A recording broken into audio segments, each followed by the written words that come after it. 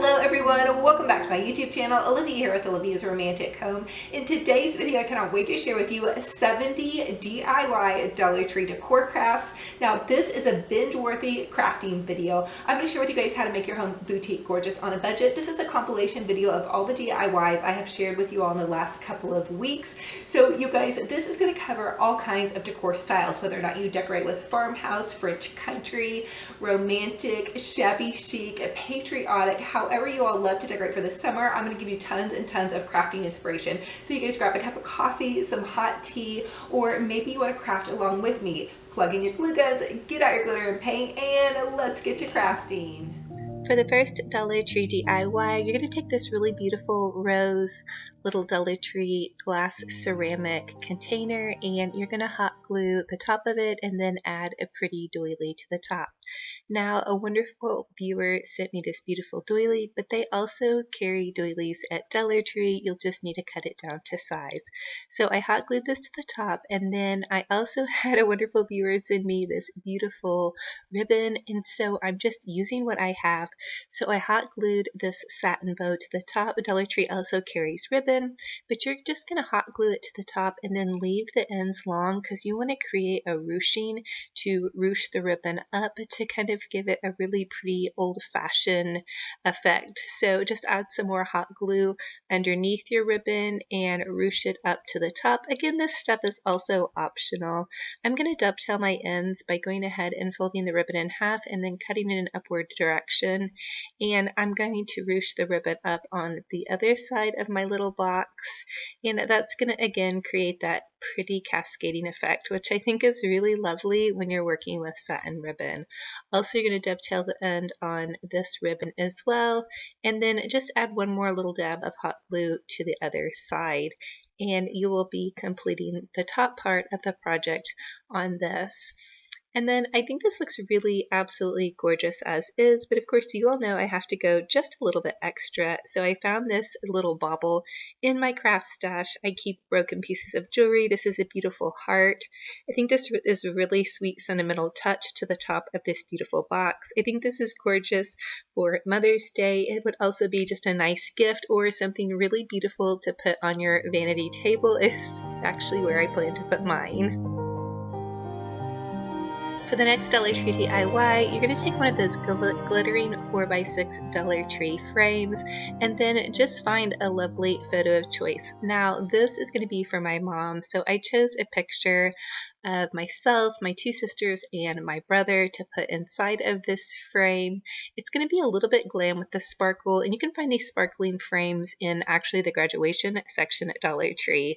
So I'm just adding a little dab of hot glue to each side to hold the photo in place, and then I replace the backing. Now I'm just going to use some of those Forever Love stickers that you find in the stationery section at Dollar Tree. I used a rose on one end, and I'm hot gluing the stickers down because I do want them to stay. This will be traveling to meet my mom.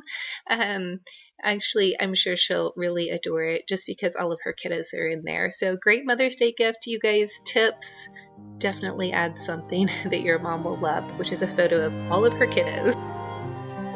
For the next Dollar Tree DIY, I'm actually going to take this little watering can from Target. It was $3 in the Target Dollar Spot section.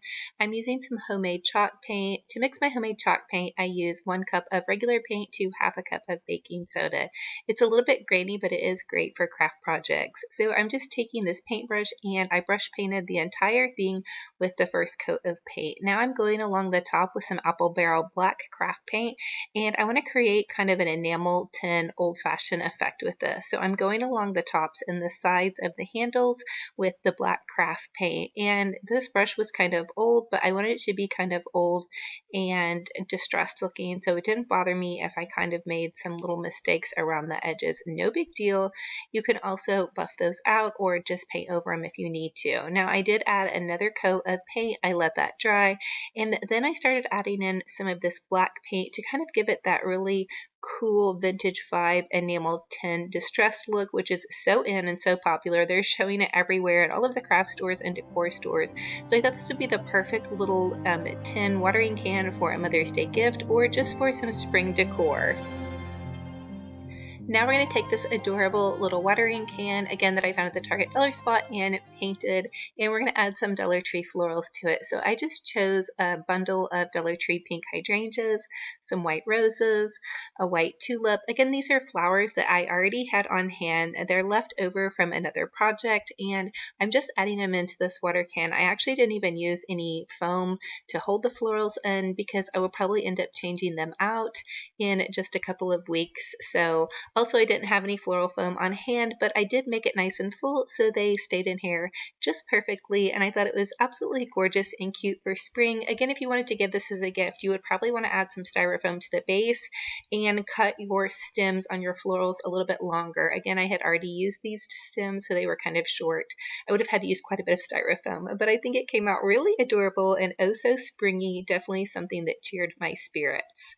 For the next Dollar Tree DIY, I want to create a really beautiful little photo plaque. So I'm just taking this photo. This was actually from a family calendar, so it was printed on a thick cardstock paper, and I'm using one of those Dollar Tree Jenga block game sets, and I'm just lining up the Jenga block sets on top of the photo frame to see how many I needed. So this actually ended up being the perfect size to use all of the Jenga blocks, and then I just want to slide the picture out from underneath it, and I want to use some Mod Podge. I'm going to straighten the blocks out. What I want to do is glue this cute little picture to the top of the blocks because I want to create this kind of plaque, like a vintage kind of photo plaque. So I'm just adding some Mod Podge to the back of the photo, and I did get a really generous helping and just use a paintbrush to kind of paint it on. Make sure you have lots of Mod Podge, and if you want to go ahead and glue your Jenga blocks together, that's not a bad idea because I did have a couple pop off and I had to hot glue those back on. So now I'm just adding my cute little picture on, and after I got it added on, I did go ahead and go over this entire photo with another layer of Mod Podge. That way it kind of was sealed on and it gave it that kind of vintagey effect, and also because it didn't have glass, it'll protect it from dust. Next, I decided to add the back of an old photo frame to the back of my little picture because I wanted a little bit of extra security. You could also add popsicle sticks to the back of it as well. This way also I can hang it from the wall or stand it up for wherever I want to put it. And I couldn't resist adding a bow to this just to kind of match that pretty little jewelry box. So I'm adding hot glue to the top, and then I'm adding my pretty satin bow to the top as well. I also did kind of a ruching effect on the top of this photo frame where I added another layer of glue, and then I took the satin ribbon and I kind of ruched it along the top to kind of give it that ripple layer effect, which is what I love to do with satin ribbon. I think it's looking gorgeous, and I know this kind of dusty rose pale pink color is really in style this season, so just note if you guys are looking for some pretty pinks, I'm really leaning into this color. And here is what it looked like after I was all finished. I thought it was absolutely adorable, oh so gorgeous. And you could actually skip the blocks part of it, but again, I wanted it to kind of be like this vintage wooden plaque look. But if you guys didn't have the wooden blocks, you could just glue this onto the front of a picture frame or use a picture frame. So for the next Dollar Tree DIY, we're actually going to create some really cute flowers out of cupcake liners. So I'm just taking 3 cupcake liners and I'm stacking them on top of each other. Then you're going to fold them in half and then fold them again. After you've folded them twice, you're going to take some scissors and just kind of create some little petals. So I cut about 3 little loops into this cupcake liner. This does not have to be perfect because these flowers are for fun and it looks a little bit better if they're imperfect.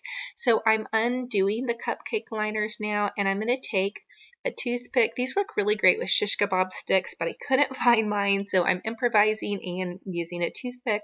I'm adding some hot glue to the center of the toothpick, and you're going to want to add it to the center of the top layer first, and then you're just going to kind of pinch it together and this just kind of smush it on to the stick. And you guys could add this also to a pipe cleaner.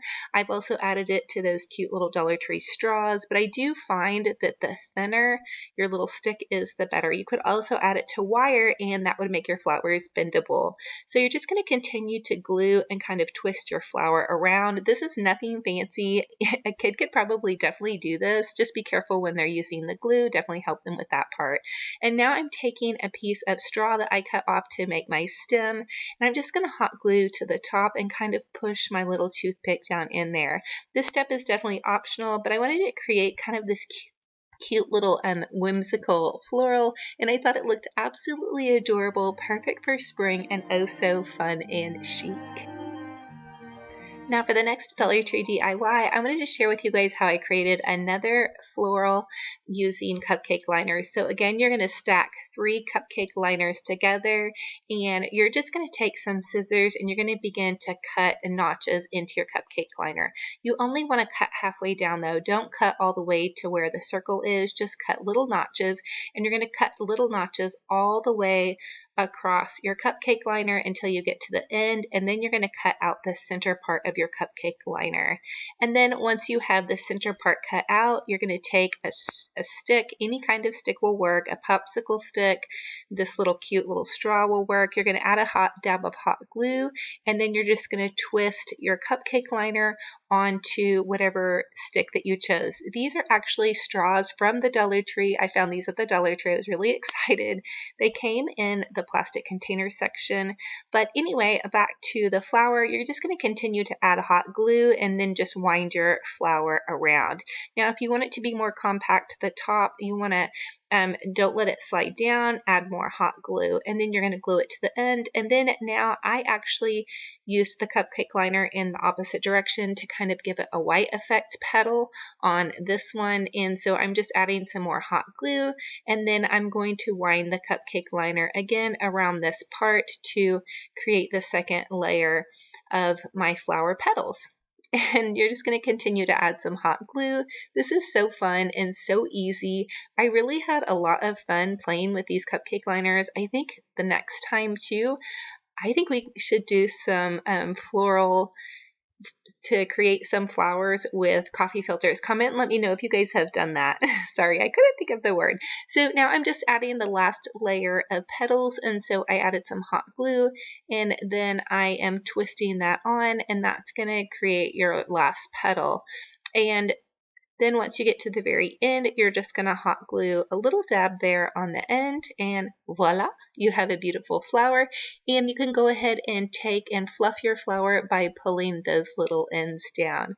I think these came out so sweet. I did several of them. I got kind of addicted to them. They were so fun and easy and actually really relaxing to make. They would make a really great bouquet for Mother's Day, especially if you're on a really tight budget. I know they have cupcake liners, a whole pack of them at Walmart for about $1, and I think that they have them at Dollar Tree too. Comment and let me know if you guys find them there. So for the last Dollar Tree DIY, we're going to create this really beautiful little memory floral. I'm just taking one of these cemetery plastic memory containers from Dollar Tree, and then I'm taking one of the Dollar Tree styrofoam cones, and I'm just adding in some flowers that I had on hand. So I love to use these pink hydrangeas and pink roses. This is going to be for my mother-in-law, and she loved the color pink. So I'm adding in this pretty little Japanese cherry blossom and some ferns, and just get creative with whatever loved one's colors that they loved, or whatever colors you think would be pretty for your arrangement. Now I'm adding in some contrasting colors with some lime green berries and also some white roses, which I think look really beautiful with pale pink. Once I was finished with the floral, I added some hot glue to the outside of my container, and I'm just using this pretty burlap lace fabric that I found on burlapfabric.com. You can also find pretty burlap ribbon with lace in it at Dollar Tree, but I did have this big roll, so I'm really wanting to find some uses for it. Now I'm just winding the burlap fabric around this little cemetery vase, and once I get to the end, I cut it off, and I did end up adding a bow to this as well. Of course, you guys know I have to get a little extra and add some of those finishing touches. And I just added a bow to one of the stems and then pushed that down in. And here it is. I think it is so sweet and such a wonderful tribute. It made my heart so happy. I think that this is absolutely gorgeous and definitely would be a really sweet way to honor your loved one. Comment and let me know what you guys think about this and if you've ever created one of these before. So I am so ready for summer. The time to refresh, redecorate our homes with some beautiful, inexpensive, budget-friendly summer decor and DIYs. So in this video, I am excited to share with you this super fun and easy, simple little French chic farmhouse wreath, and that's going to be a super fun one. I'm all about making things easy during the summer. So I just really want to make summer just super chill and super easy going, and I want my decor to reflect that. Another thing that is super hot this year are lemons and the color yellow. So I know that that's in the 2019 design trend, is one of the trendy colors is yellow. So I promised you guys we would make a lemon faux cake, and this is everything I got for this cake is Dollar Tree supply. So I can't wait to share this one with you guys. It actually looks so delicious, I just want to taste, but really it's fake. So anyway, you guys, plug in your glue guns, get out your glitter and paint, and let's get to crafting. For the first Dollar Tree DIY, we're going to create a lemon fresh sunshine summer sign. So just use a Dollar Tree sign, really anyone will do, and I'm just putting one coat of my homemade chalk paint on it.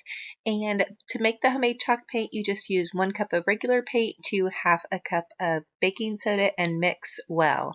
Now I'm taking some painter's tape and I want to make stripes, some sunshine yellow stripes on this sign. So I'm taking the painter's tape and I'm adhering 1 layer of painter's tape, and then I'm using another strip of the painter's tape to guide my stripes. I hope that makes sense. And so now I'm just putting down the 3rd layer of painter's tape, and then I'm going to take that middle one up. And you're just going to continue to do that process until you get all of the tape down the front part of your sign. I was really excited for how great my stripes ended up coming on this. And then also Arteza Crafts company sent me this really beautiful acrylic paint, and I'm using the lemon yellow color. I will leave a coupon code down below if you guys want some really high quality acrylic paints. Otherwise, you can just grab some from Dollar Tree or from Walmart, and those will work great too.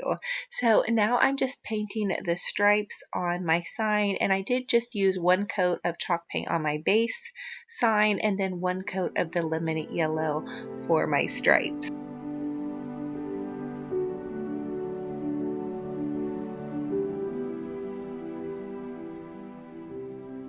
Now that I have the lines painted onto my little Dollar Tree lemon stripe sign, I am just going to go ahead and use some sandpaper and distress the front part of the sign. I just did this very gently, but I did want to give it that aged appearance.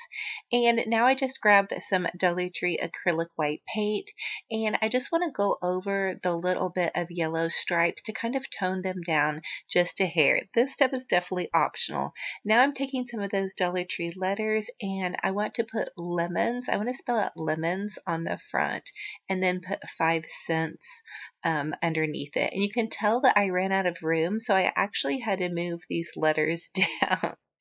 But I just used also the Dollar Tree numbers. I really love these. These are a peel and stick letter and number set, and they are awesome. And then to get the set part, I just cut out one of the little exclamation points. I just cut it apart. And then you can tell I moved my lemons down, and now I'm using one of those Dollar Tree notepads that had the lemons on it that I picked up. And I'm just cutting out some of the cute little lemons that were on the notepad, and I'm going to take some Mod Podge and I'm going to Mod Podge my lemons onto the front part of my sign. And I did end up going over the entire sign with 1 coat of Mod Podge, including the letters. And that way, hopefully they'll stay down just a little bit, because they do have a tendency to kind of peel up a bit. So sometimes adding a bit of glue really does help. And I think it came out so adorable. This is so cute. I think this would be great for a little lemonade stand or whatever home decor that you're going for, but it definitely added that perfect pop of color to my French farmhouse design. I also did another huge DIY lemon farmhouse video, and I will link that down below in case you need more inspiration. So for the next Dollar Tree DIY, we're going to create this really cute little lemon cake. So what you'll need for this project is a little container of the Dollar Tree spackling, and you'll find that in the hardware automotive section of Dollar Tree. And then I'm using that lemon Arteza acrylic craft paint, and you just want to stir that up really, really well. Also, stirring your spackling helps it get to be a little bit softer and easier to apply. Now, to make your lemon cake, you want a piece of Dollar Tree styrofoam. I chose this square styrofoam, but they do have all shapes and sizes. And then in the craft section, you can get these little craft tools that are really great for putting your spackling on. And also a knife will work as well, just like an old butter knife maybe that you have at home. And so I'm just taking and I'm using this craft tool and I'm applying the spackling all the way around the edge. And I like to try to leave the top for the last part. That way I have something to hold on to. But the spackling is very forgiving, and I really highly encourage you all to try this craft. It is so fun and so easy to make. So just continue to add more of your spackling as you go. And then you can also switch to one of the smaller craft tools that they have in the little set of craft tools in the kids section is where you guys find these, to do more of a detailed finer touch. And then I'm going to take this Dollar Tree squishy. This is a lemon squishy that I found in the kids toy section, and I'm going to cut it in half. And I want to use this for the top part of my cake. And then I'm also going to cut a little bit of the foam out because it was a little bit too big in its original shape. And now I'm just adding some of the Dollar Tree spackling, aka my icing, to get my lemon to stay onto my cake.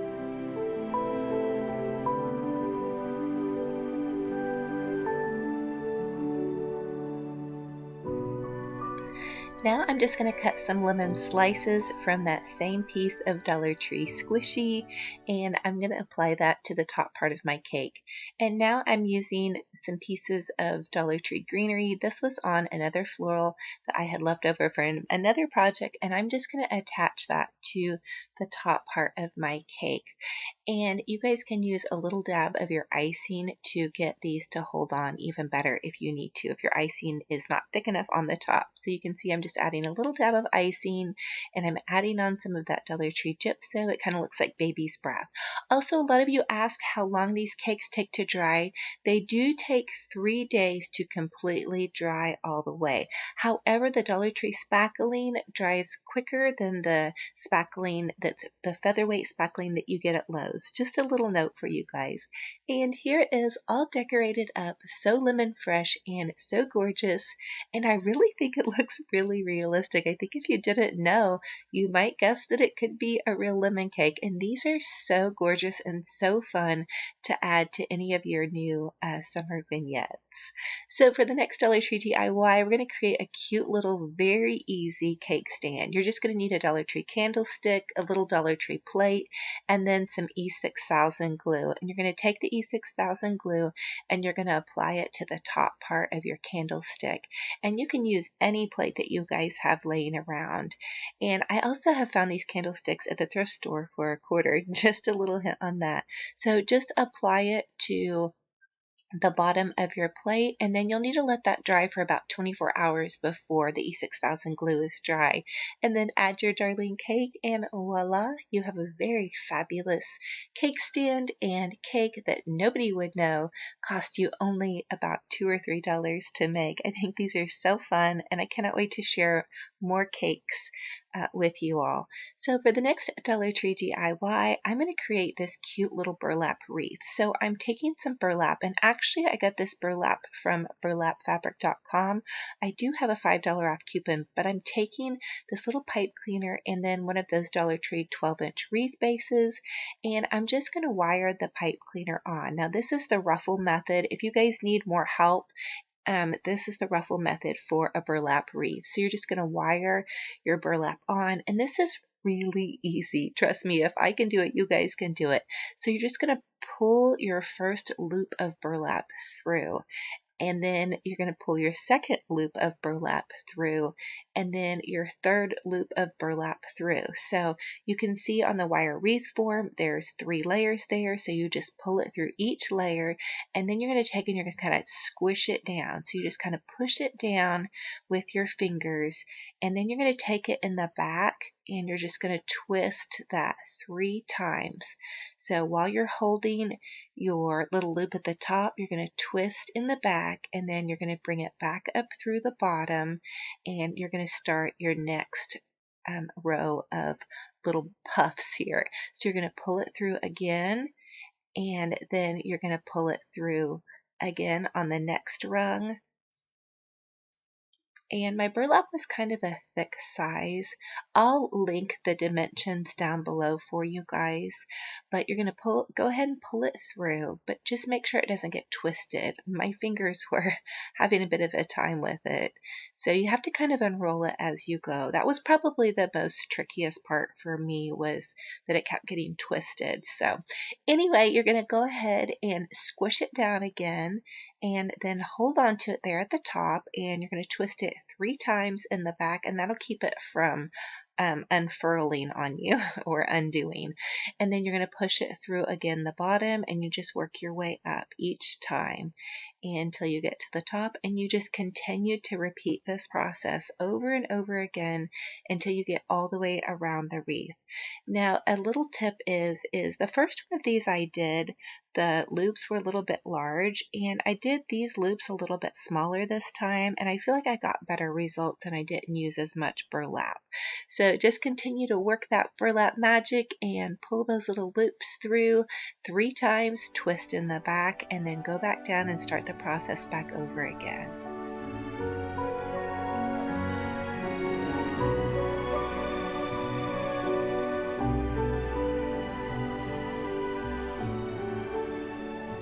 Once I got to the end of my wreath, I just used a piece of pipe cleaner, and I just pipe cleanered that little end piece on.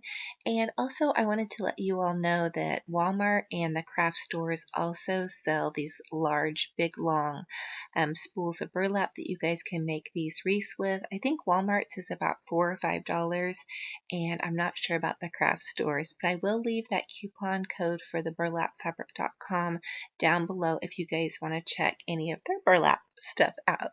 So also I decided to add this cute little gratitude is the best attitude sign, and I also created a little bow up top. I have several bow tutorials on my channel if you guys need help with any bows. So I just wired that sign on with a piece of pipe cleaner, and I think it came out so perfect and so adorable. And the best part about this is because the burlap is neutral, I can change out the signs month by month. So stay tuned for a new one next month. Now for the next Dollar Tree DIY, I'm taking 2 terracotta pots. One is from the Dollar Tree that I painted white, and another one, guys, I've had this pot left over for years. So anyway, I just painted them white, and then I distressed them with some sandpaper, and now I'm adding in some Dollar Tree styrofoam. I want to create kind of a little stacked pot here. So just add that styrofoam in, and then I'm going to add some of that Dollar Tree grass. I wanted it to look kind of like a faux herb pot. I really feel like in the summertime there's a lot of greenery, so I wanted to bring that greenery element into my home for summertime.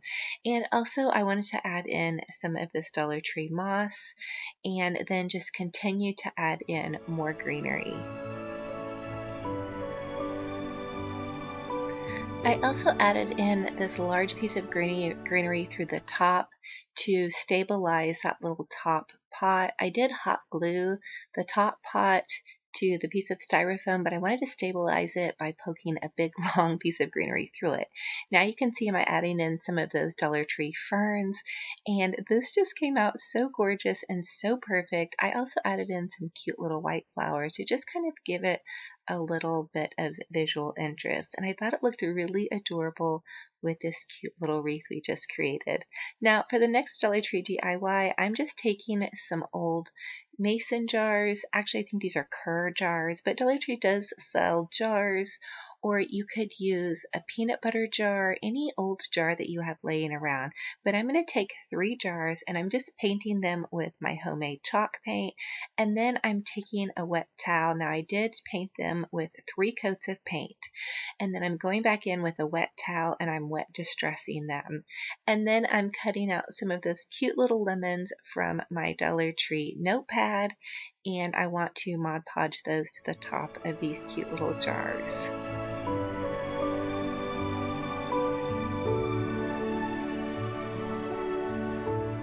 For the finishing touch on my little jars, I decided to add some twine to the top just to kind of finish it off and give it that Frenchy farmhouse vibe. And then I just tied a little shoelace bow to the top, and I think they came out so adorable. I'm going to use them on my table centerpiece. And then for the next Dollar Tree DIY, you can take a Dollar Tree Easter basket and chalk paint it, and then use some of those Target Dollar Spot lemon towels. They sell a pack of 2 was $1, and then just add your citrus fruits or any fruits that you love for summer, and that will really give it a fresh fruit. And you could also use fake fruit for this too, but I thought that was just a quick and simple easy DIY that you can recycle your Easter baskets with. So now I'm just sharing with you a little vignette on how I will set my table, and also how I'm sharing it with you guys on this video. But I'm just taking this little toolbox that I chalk painted, and I added a little bit of greenery to the back. This was some greenery that I picked up at the thrift store. And then I'm adding those little cute little mason jars. I think this is such a fun idea. And then Target Dollar Spot also has this fresh lemon sign if you want to grab that. And then my little Dollar Tree topiary terrarium thing over there, my cute little basket of lemons. And then also, just for this video and display purposes, I just stuck the little wreath in. I thought that would be really cute to share with you guys how everything ties together. I did end up putting the wreath on my kitchen door, and then my little lemon sign. I just think these are so cute, so fresh and fun. Wow, this gave me such a lift. I know that the color yellow is just a happy color. You guys comment, do you guys know anything about the color yellow? Because after doing these yellow DIYs, I had such a lift to my spirit. They just brought my heart so much joy, and I hope it's bringing you guys joy. Comment and let me know which one is your favorite and which one you might be doing for your summer DIY decor.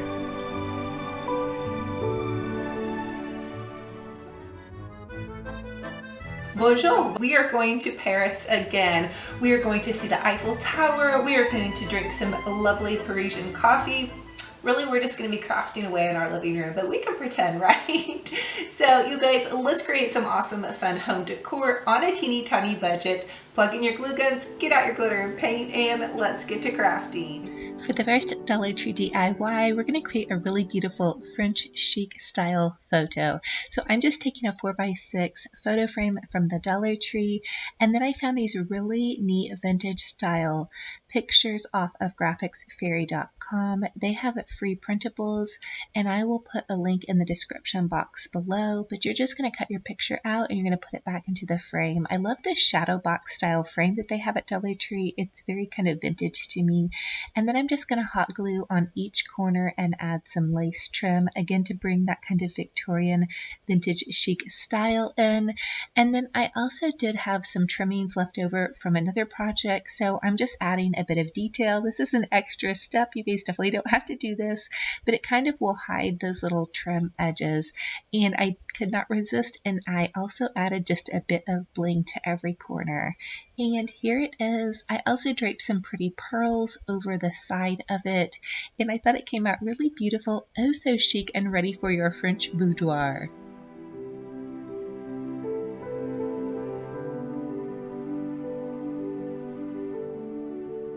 For the next Dollar Tree DIY, I want to create a lace covered vase.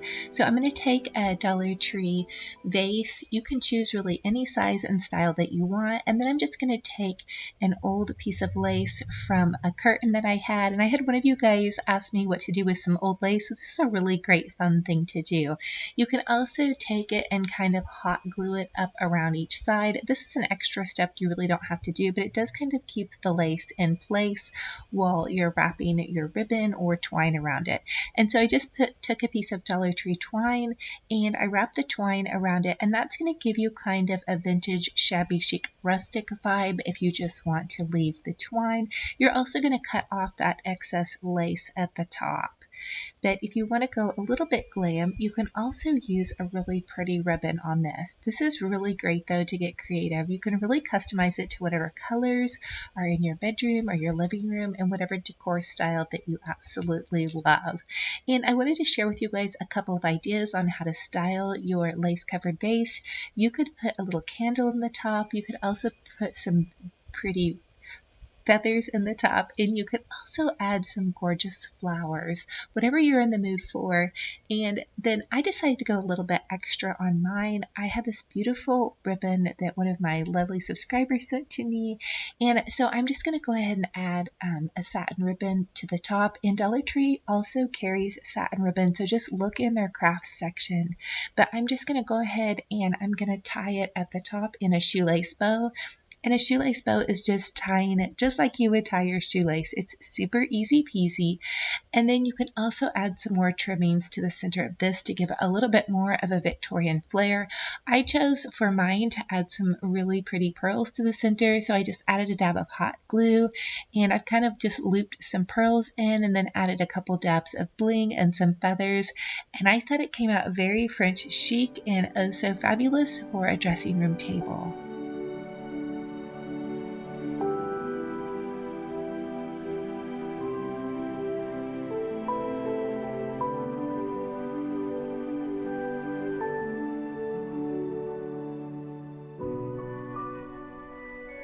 For the next Dollar Tree DIY, you're going to create a really cute vintage style French chic piece of wall art. So I'm just mixing up some homemade Mod Podge. I'm adding a little bit of glue and a little bit of water, and there is an exact recipe that you'll want to follow, but I just needed a tiny bit. And then I'm taking a canvas and I'm just going to add some Mod Podge to the canvas, and you want to coat it really well. And you can also even dampen your picture if you want to. That helps not get any bubbles in. And then I'm just going to go ahead and lay the printable on top of the canvas. Again, this printable is a vintage style French chic perfume bottle. They're on graphicsfairy.com. That link will be in the description box. You just Google Victorian style or vintage clip art for perfume bottles. I created 2 of these, and I did add some Mod Podge to the front part as well to kind of seal them in. And I think they look absolutely fabulous and perfect to go in any space that you want to add a little bit of girly glam to.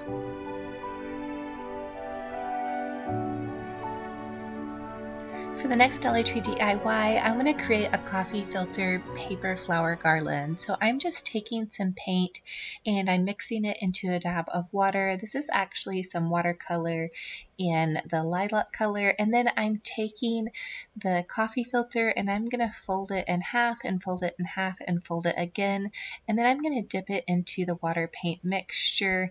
And I want to do a bunch of these because I'm going to create a bunch of really pretty flowers. You'll go ahead and bake these in your oven for about 20 minutes to get them nice and dry. And now you're just going to fold your coffee filter in half, fold it again, and then fold it again. And this is going to be a flower without using any hot glue. I kind of really love this one because they were super easy to make.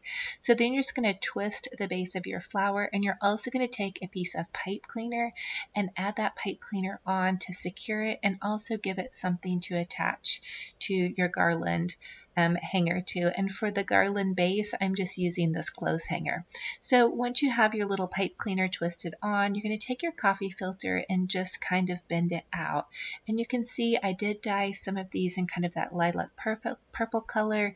You can also get dye or paint at Walmart in the Apple Barrel craft paint section, and those are about 37 cents if you don't want to use watercolor. Any kind of paint will do. You guys don't have to use a particular paint. I'm just using what I have on hand.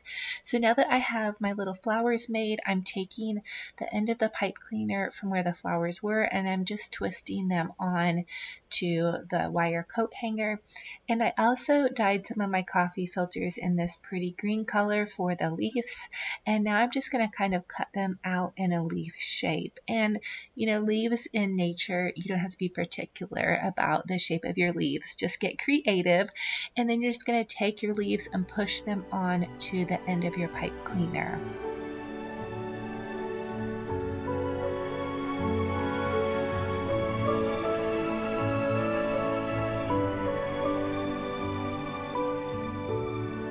Once I have my leaves made, I'm going to go ahead and twist them on to the clothes hanger garland, and you're just going to twist it around a couple of times to make sure your pipe cleaner gets secure on there, and you can snip them off with scissors or wire cutters. You can also add some dabs of hot glue to get them to stay a little bit more securely. And then I shared with you all how to make some coffee filter roses in another DIY video. That will be linked down below as well, but I'm going to go ahead and add some of those coffee filter roses that we made last week. And again, I'm just using the pipe cleaner that I created these roses on to tie onto the garland. And you can make them as long and as full as you want as far as your garland is concerned. I want to make a really long, large garland that will go across my mantle, but that is going to take some time. So for now, I just wanted to share with you all how this can go into a smaller space.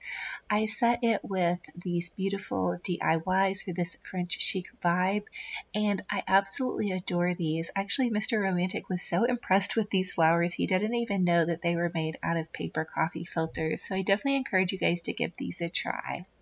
For the next Dollar Tree DIY, I want to create a beautiful, romantic, sparkling candle. And so I'm just going to take one of those Dollar Tree LED candles and I'm going to tie a bow onto it. Now, I only add bows to LED candles. I don't recommend adding them to regular candles because you don't want them to catch on fire. But so I'm just going to tie the bow on, and I'm just tying it like I would tie a shoelace, and then I'm going to trim it off and give it some nice ends. You can also heat seal the ends of your ribbon with a little dab of clear nail polish if you like, or you can heat seal them with a lighter on the end. And then I also decided to go super extra sparkly with this candle, and it has little divots in it already, but I thought it'd be really pretty to go ahead and add some pretty jewels. Now, Dollar Tree carries jewels in their stationery section, kind of where their stickers are in my store, and some stores I've also seen them in the crafts section, so just keep your eye out for those. And I'm just hot gluing the jewels to the side of the candle. I really love this look. It came out super sparkly and gorgeous, and definitely added that gorgeous touch of glam that made me feel like I was being transported into just a magical place. Anyway, I'm loving this. I hope you guys are as well, and I encourage you definitely to try this one. It's super fun and super easy.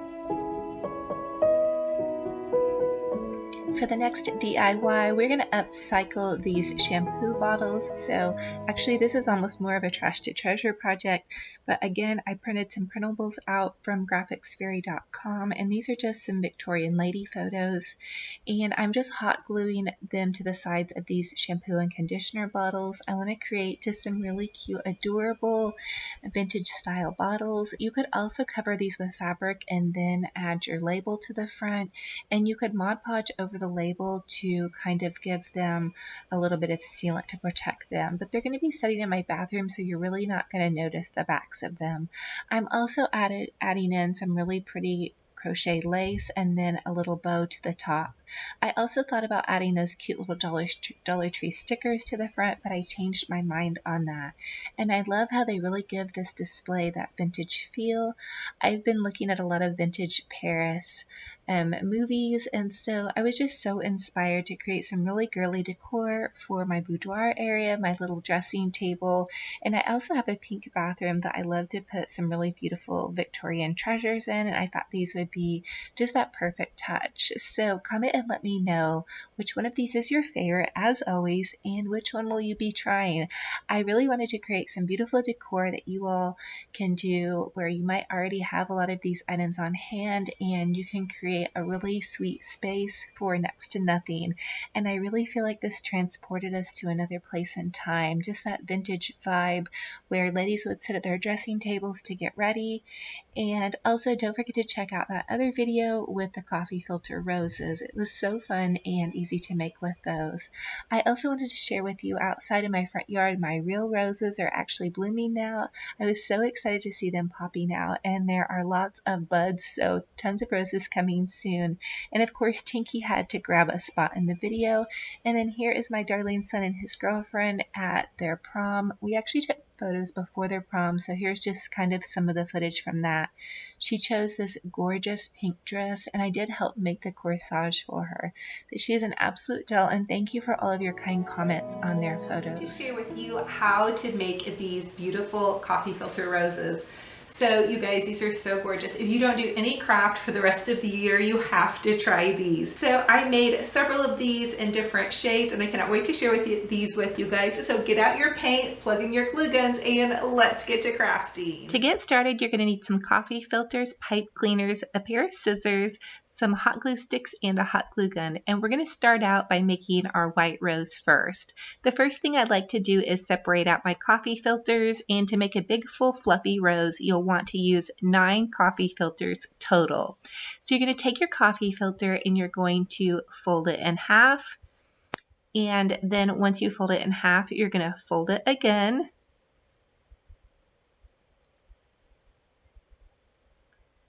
And then you want to fold it again. And for this process, you're going to do 7 of the coffee filters this way. So I'm just going to show you up close. You're going to take your coffee filter and you're going to fold it in half. This is the first fold. And then the second fold, you're just going to fold it again. And then you're going to fold it again. And you're going to do 7 of them this way.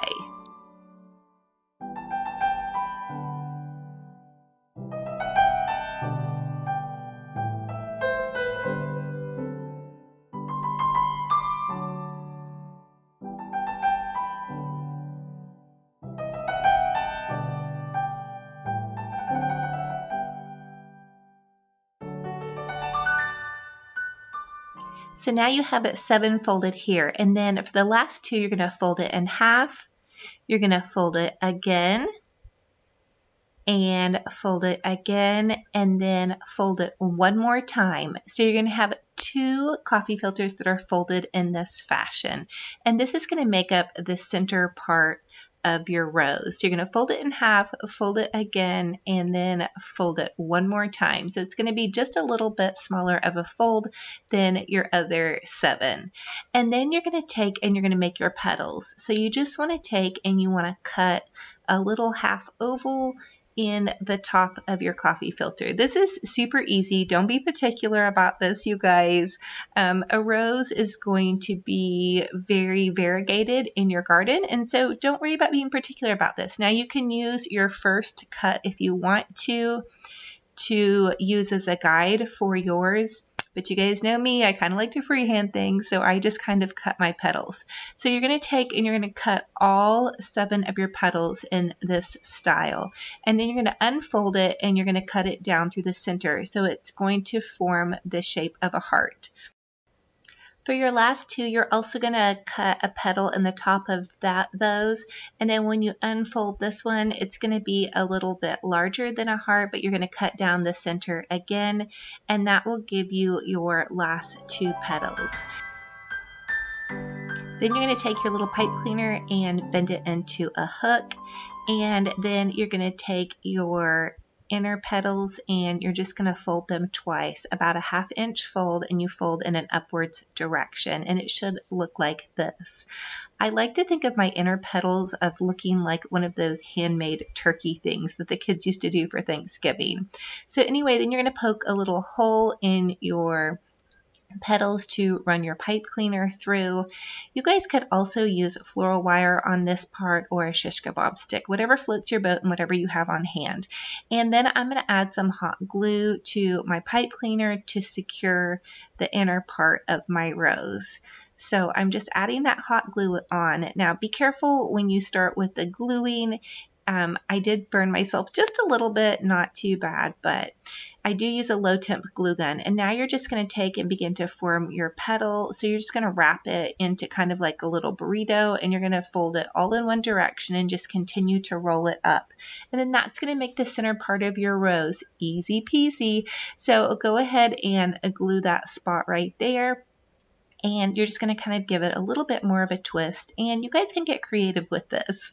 So the next thing you want to do is we're going to make the second part of our center petal, and so you'll just fold it again, and then you can kind of give it a little bit of an accordion style if you want to give it some pizzazz.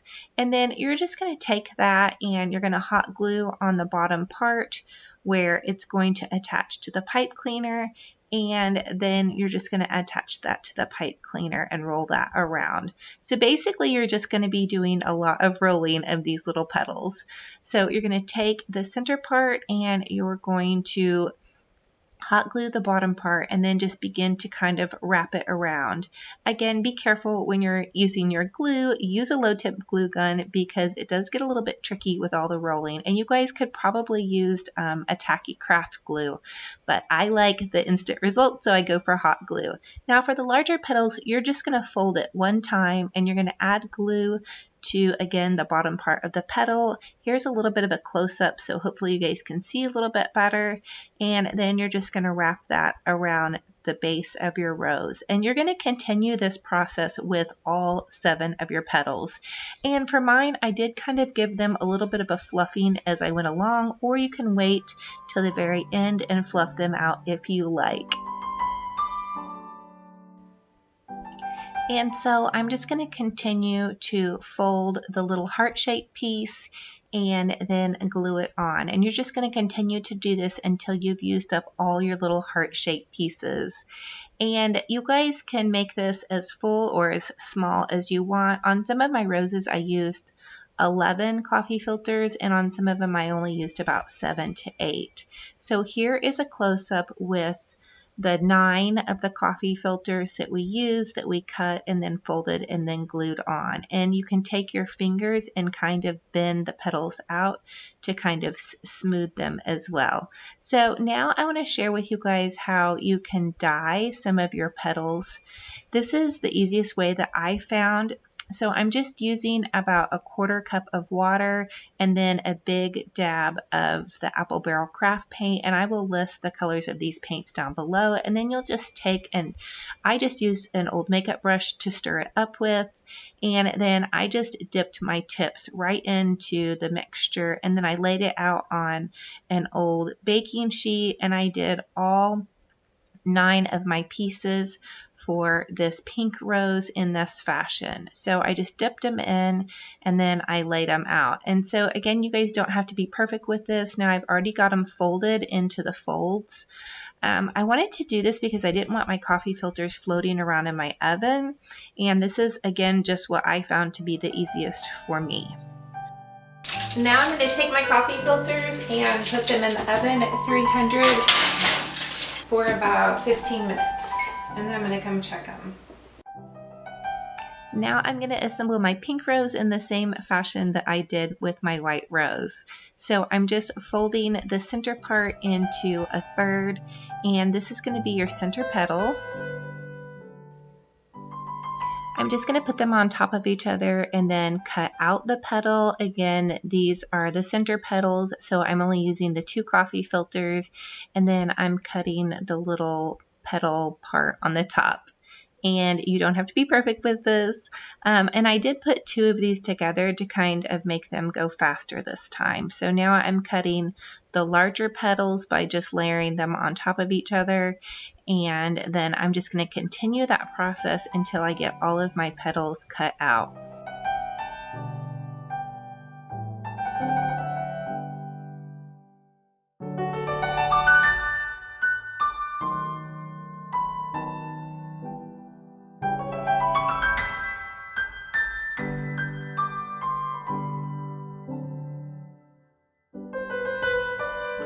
So now that I have the little top part of my petals cut, I'm going to cut the inside of the petal. Remember, you're going to unfold it and then cut it in half, and it's going to have that kind of little turkey feather top for your 2 center filters. I hope that makes sense. Comment and let me know if you guys have questions. It may be easier just to watch my hands.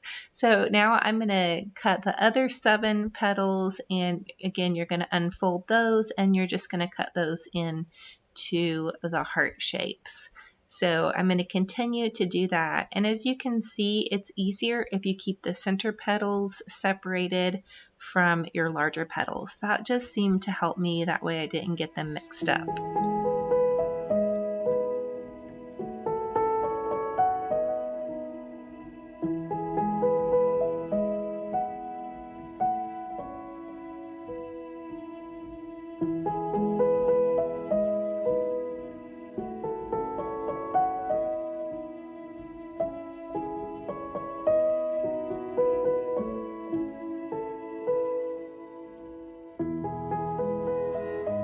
So now you're going to begin to fold your rose. This is going to be the center part. So to fold the center part, you're just going to fold up twice, about 1/2 inch, or whatever looks about 1/2 inch to you guys.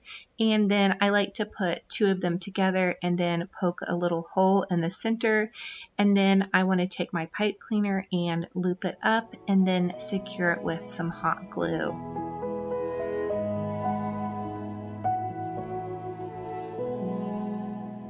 Now comes the fun part, just making a little burrito, twisting that little part, inside part of the rose, and then you're going to hot glue it and continue to twist it to where it makes that pretty little center in the rose. I love this part of the rose.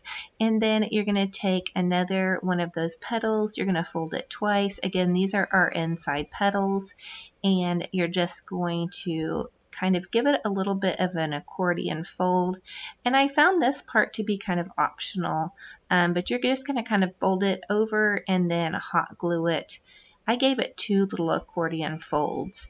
And then you're going to take and you're going to run some hot glue down the base of the petal, and then you're going to attach it to the base of your rose and just kind of wind it on. Again, being careful of those fingers, and there you have a beautiful center part for your rose. And for this pink rose, I'm trying to really just kind of share with you guys my process. So again, comment and let me know if you guys have any questions, and I really encourage you guys to try this craft. It was so fun. The first one that I made was definitely not the best one, but I can't wait to try more of these and learn how to make more different styles of flowers.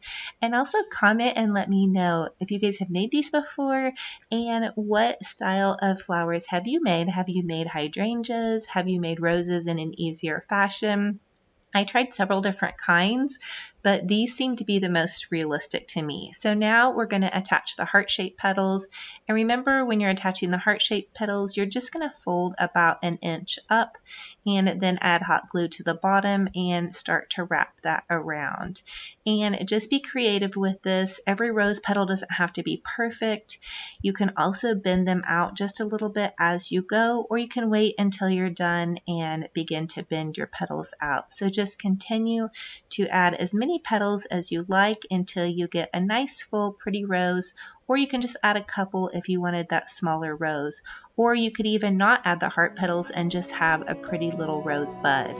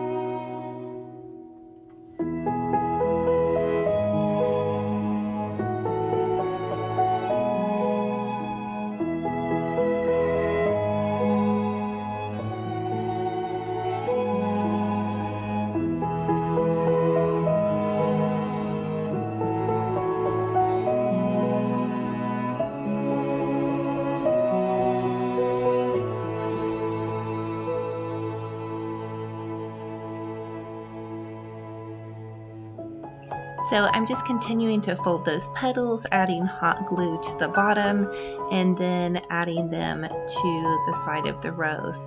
Also, I wanted to let you guys know, as you're adding your petals, try to add them to the opposite side. So you kind of want it to be blooming out like a rose. You don't want to add them all in the same spot. And here it is all finished up. I thought it came out really gorgeous, and then I set it outside on my real rose bush because my roses haven't bloomed yet. And this thought came to mind that maybe the neighbors wouldn't know if my roses don't do so well this year and I just clip a bunch of fake flowers to them. Just kidding, you guys.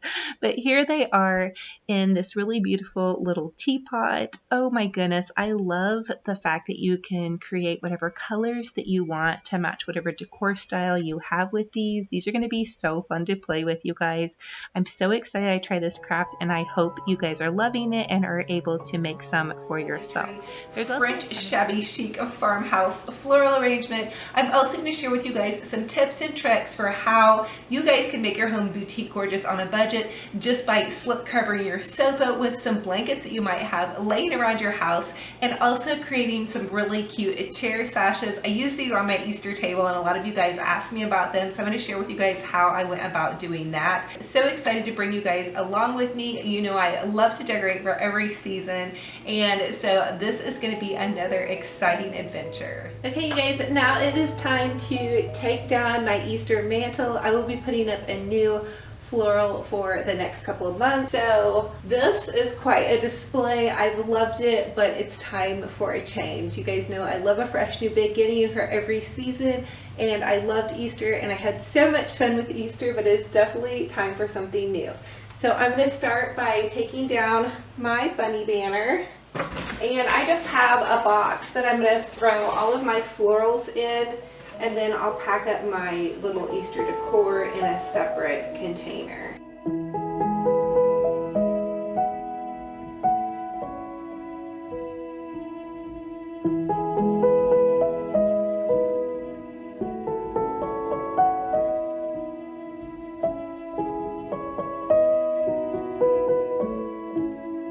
So again, I just have one of actually my Grove Collaborative boxes, and I'm putting the garland to the side, and then I'll pick the florals out kind of piece by piece.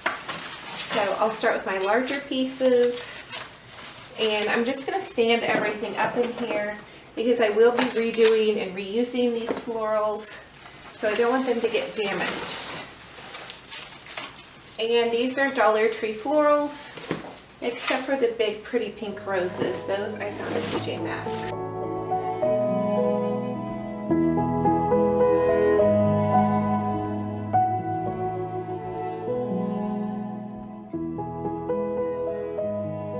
actually had these held down in the back because my mantle is so short with these little dumbbells. So, anywho.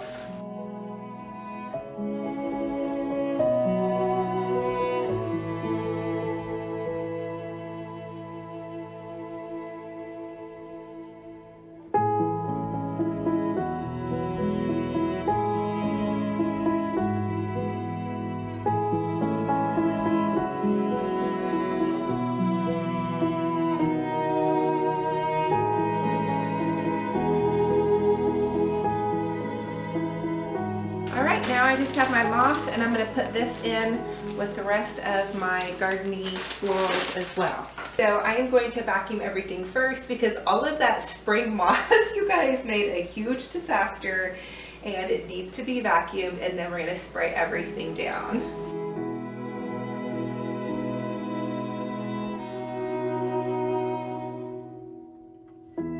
I do want to share with you the Grove Collaborative Spring Cleaning Caddy. It's absolutely adorable with the little wildflowers on it. And I do have a 5-piece free gift set with a $20 purchase linked down below. I am in love, over the moon with their spring scents. Definitely try the peony in the cute pink bottle, and the purple lilacs are my faves right now. Okay, so we are going to redo my mantle, and I'm just using my Dollar Tree. I just painted this white, and I have some styrofoam in there. You can see I've reused this. So for this Dollar Tree floral, I'm going to reuse all of the florals that you saw me take out of my Easter floral arrangement. I'm going for a very French country relaxed vibe with this one, a little bit more understated, although this might just be the mantle of the week. So next week it may completely change. So I'm just adding in some Dollar Tree white florals and then some of that lavender that I picked up at Walmart for 99 cents a bundle. So I did trim down these taller white flowers because I don't want this one to be quite as tall as the last one.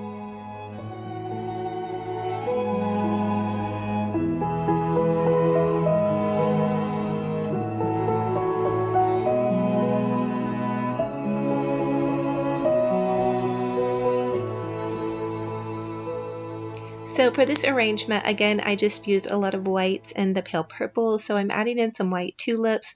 I also added in some white Dollar Tree roses. This entire arrangement is all Dollar Tree florals. I really want a very clean white palette. I also want this arrangement to be movable for now. Again, I will probably be changing this, but I want it to be a little bit understated just to kind of brighten and freshen everything up. I'm going for a French country farmhouse shabby chic vibe here.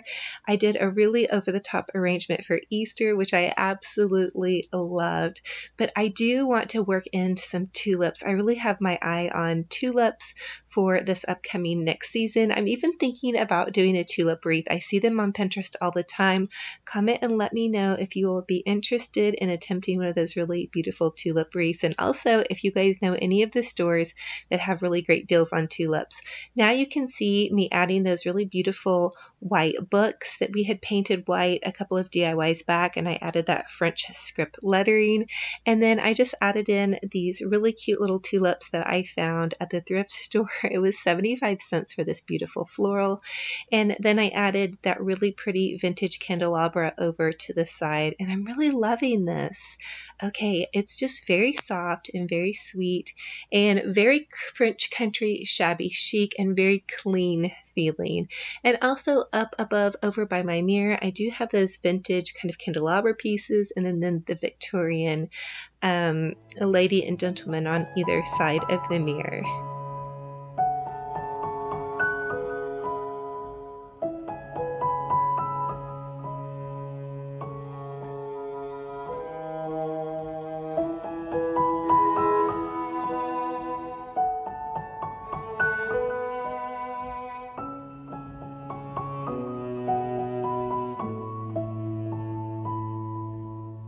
So a lot of you all thought that I purchased a new sofa when I did my spring home tour. Actually, I just took a blanket and I covered it. It's just a fun way to create kind of a shabby chic look without spending a lot of money. Eventually I do want to get a slipcover for this sofa, or even purchase a new sofa in more shabby chic colors, but I'm going to share with you guys how I quickly fake slipcover my sofa. So here is how I create a faux slipcover for my sofa. I have a really large blanket that I found at a resale shop, and so I just take the long end of the blanket and I throw it over my sofa, and this isn't even in perfect shape, but I'm just going to throw it over my sofa. And what I want to do is leave it kind of about the length of the bottom of this wood trim, because you want kind of the longer end to be on the back part of the sofa so it doesn't slip off.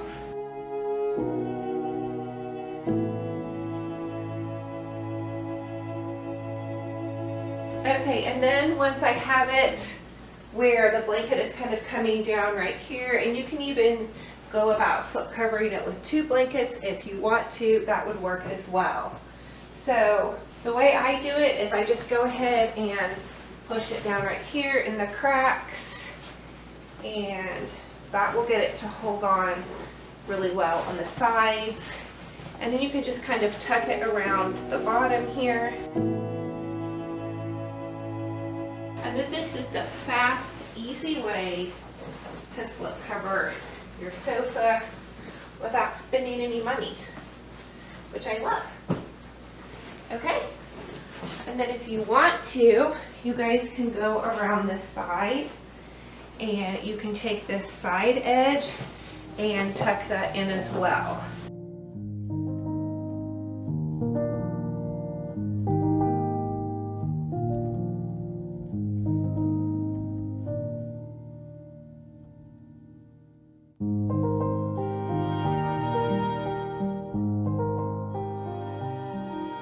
And then to continue the appearance, I like to just go ahead and put a blanket on this end and then tuck that in.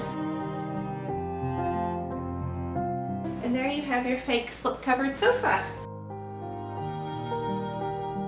Another way you can slip cover your sofa is you can use 2 blankets. So I'm going to share with you guys how to do that process as well. So I'm just going to take this smaller cream colored blanket, and I'm going to tuck this one in here.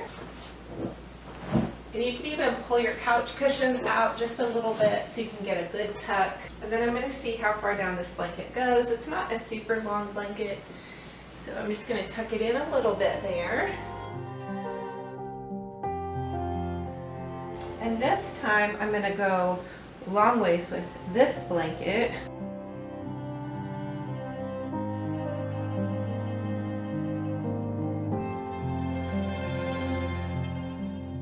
Then you can go ahead and push them in. And again, come around the back. And then for the end blanket, you can kind of take and just drape it over like so, and then add another pillow. So the next thing I want to do is add just some ribbon to my chairs. So this is actually from burlapfabric.com, and I do have a $5 off coupon I'll link down below, but I think they're one size fits all, and so you just want to take your piece of fabric, and the way that I did it, I felt like it worked really well. I had everybody over for Easter dinner and they stayed on really nice. These would be great for weddings, for any event really, but I just thought that they looked so cute on my chairs. I'm actually going to keep them up for a while and see what I think. So you just kind of get them to a spot on your chair that you think will work, and then you're going to tie this first part really tight. So I tied the first part really tight, and then I made another knot, and that's going to keep it from sliding up and down your chair, and also give you a place for you to tie your bow.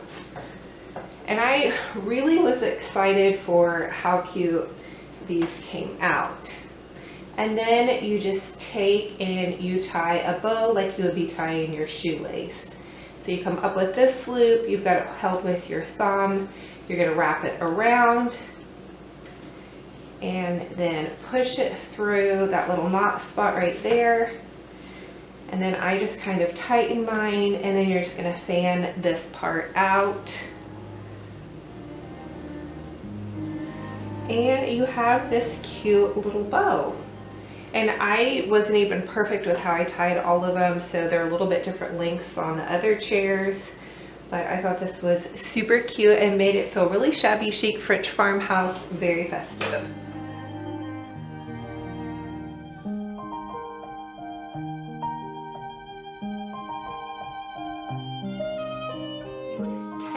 DIY Dollar Tree summer and spring wreaths. So in today's video, I'm going to share with you guys some really simple wreaths, and then I'm going to share with you guys some harder wreaths. The first 6 you all have never seen me make and are definitely geared towards summers. And if you guys can see this is like a unicorn, a diamond in the rough. I found tulips at Dollar Tree. So I made a quick little tulip wreath. I cannot wait to share that with you guys. Perfect for summer, lots of bright colors. So without further ado, grab your tea, grab your coffee, grab your water, soda, whatever you love to drink. Grab a comfy seat, plug in your glue guns, get out your glitter and paint, and let's get to crafting.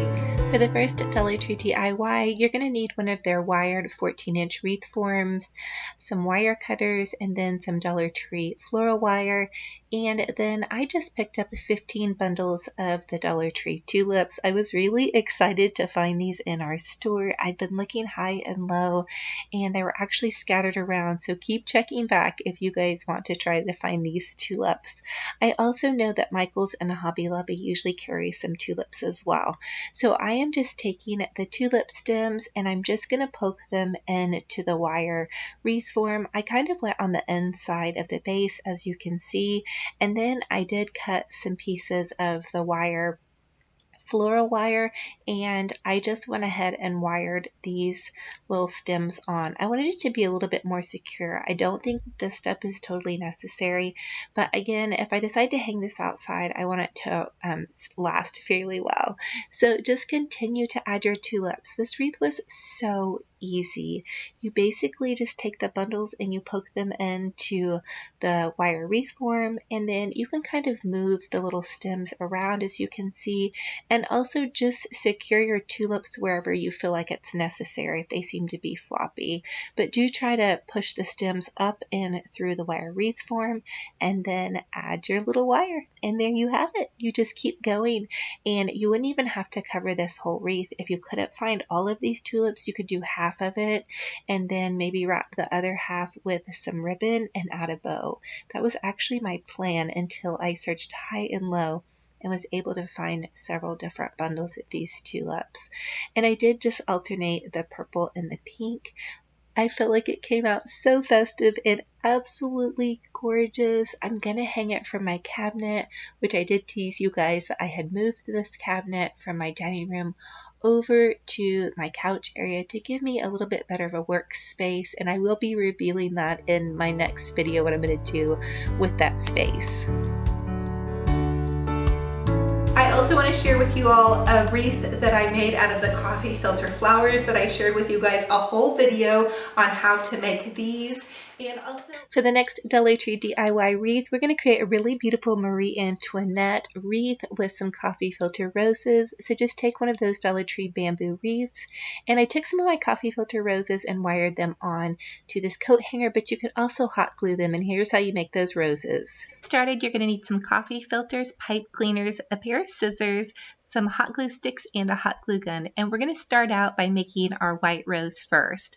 The first thing I'd like to do is separate out my coffee filters, and to make a big full fluffy rose, you'll want to use 9 coffee filters total. So you're going to take your coffee filter and you're going to fold it in half. And then once you fold it in half, you're going to fold it again.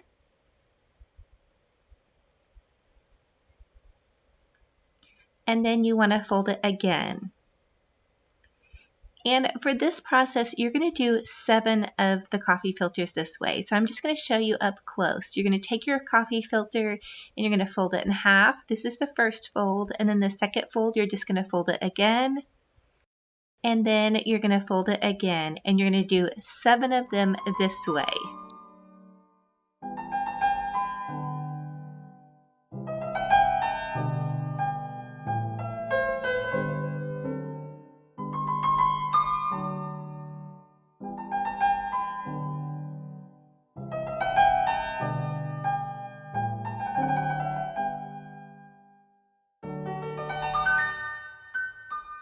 So now you have it 7 folded here, and then for the last 2 you're going to fold it in half, you're going to fold it again, and fold it again, and then fold it one more time. So you're going to have 2 coffee filters that are folded in this fashion, and this is going to make up the center part of your rose. So you're going to fold it in half, fold it again, and then fold it one more time. So it's going to be just a little bit smaller of a fold than your other 7.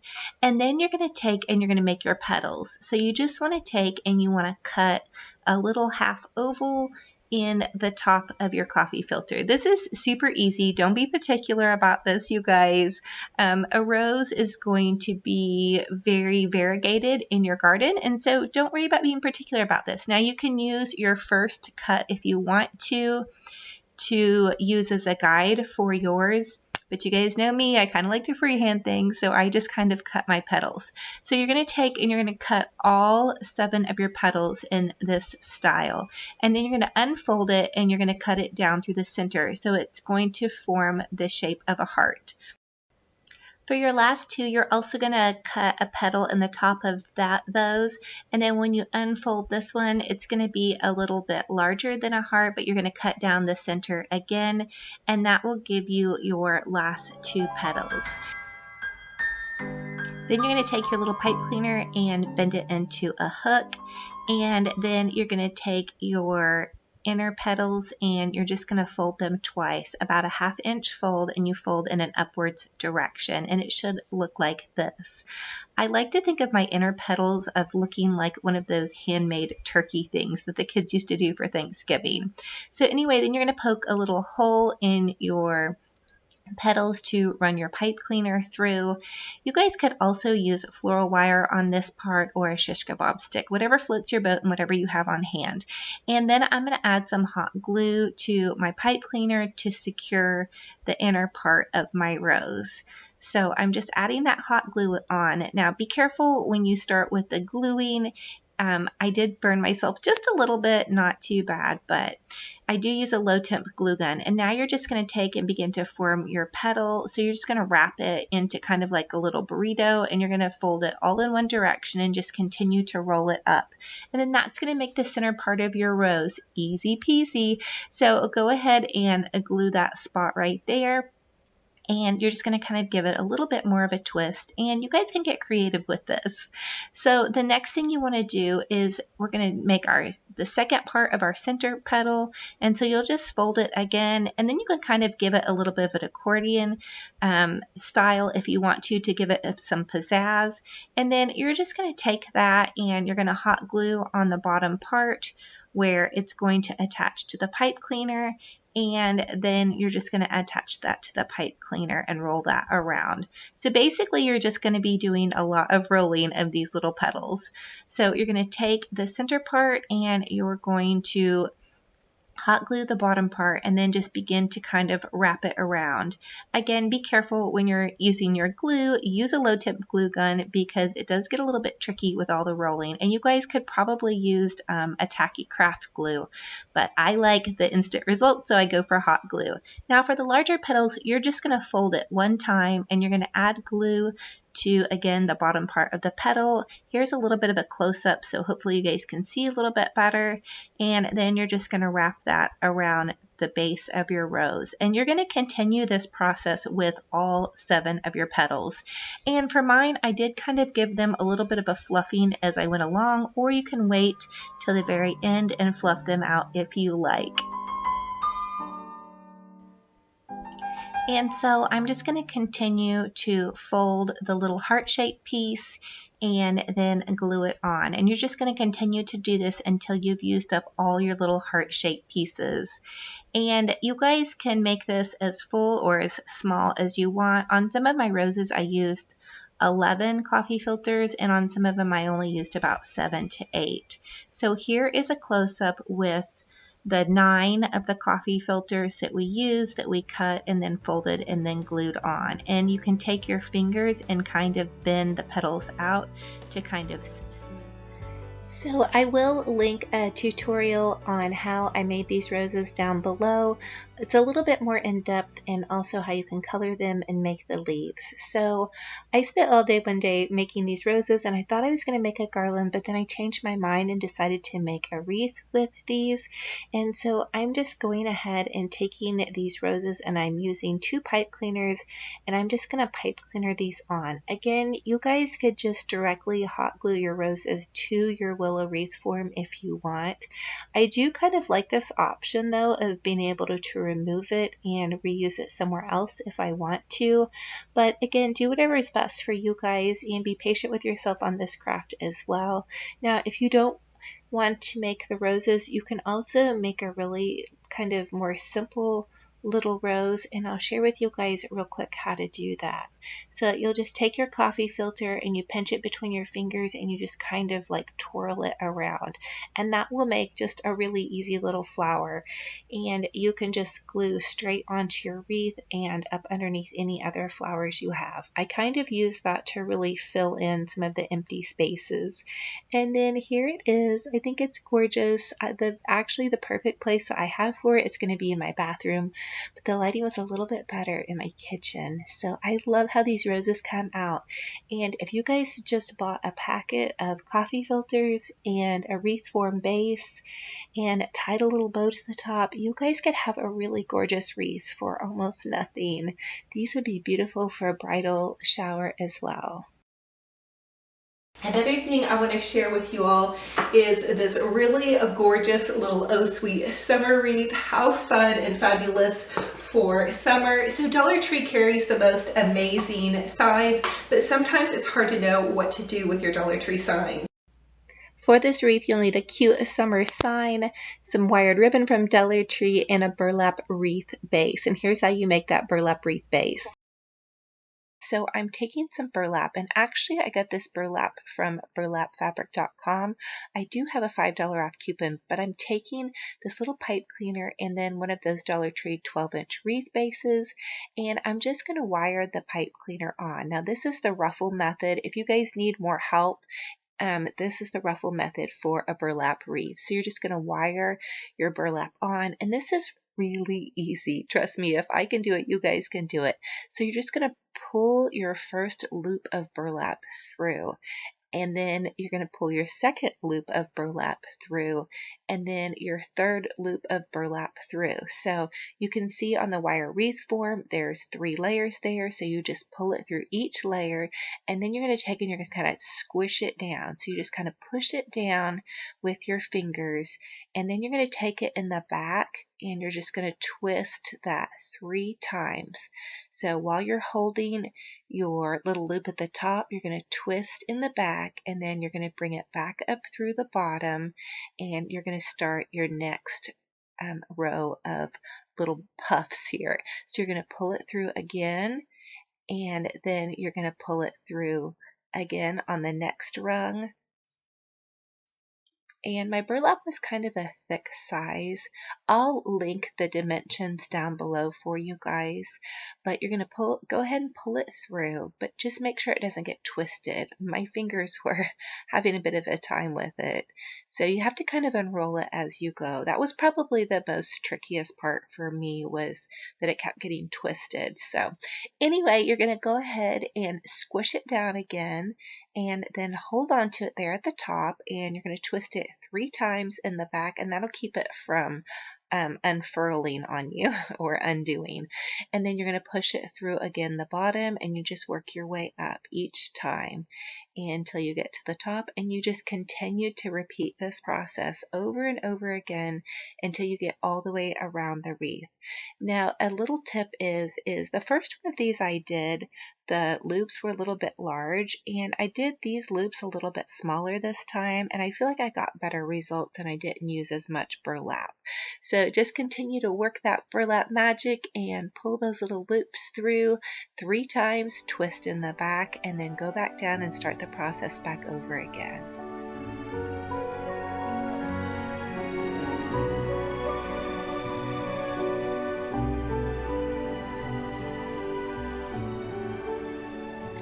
Once I got to the end of my wreath, I just used a piece of pipe cleaner and I just pipe cleanered that little end piece on. And also I wanted to let you all know that Walmart and the craft stores also sell these large, big, long spools of burlap that you guys can make these wreaths with. I think Walmart's is about $4 or $5, and I'm not sure about the craft stores, but I will leave that coupon code for the burlapfabric.com down below if you guys want to check any of their burlap stuff out. So now that we have our wreath base made, we're going to go ahead and add some pipe cleaners to the back of our sign, and that will give us somewhere for our sign to hang onto on our wreath. And then I'm just using this scrap piece of fabric, and I'm going to hot glue on top of the pipe cleaner and press that down really well. This is really a great way to add signs to really any wreath, and then you won't be able to see how you've added the signs to the wreath. So then you're just going to take and you're going to pipe cleaner your cute little summer sign on. I love this one. So you're just going to twist the pipe cleaners together onto the back wire part of your wreath.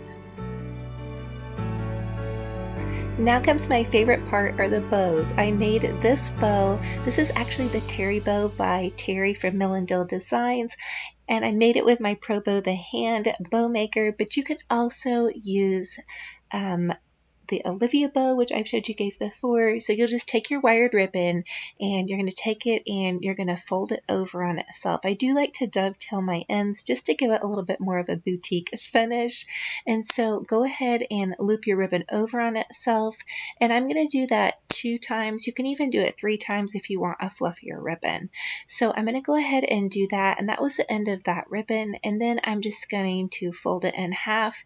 And then you want to take where you fold it in half and just notch it a tiny bit in the center, just a tiny bit, you guys, because if you go in too far with your notching, the bow will fall apart, but the notches do help you fluff the bow out. So then I'm taking a pipe cleaner and I'm just going to twist that part on, and then I'm going to go ahead and dovetail the end again, and then I'm going to fluff that part out. And then if you want to add more layers to your bows, which of course I do, I have to go super extra and get crazy.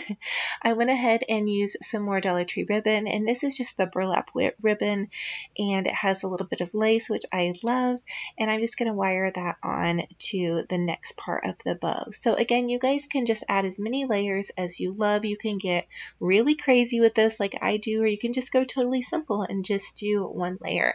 So it's completely up to you, but I do recommend to give your bow a really good fluffing. So again, I'm going to add more ribbon with these polka dots. I just think they're so adorable and festive and totally fun for summer.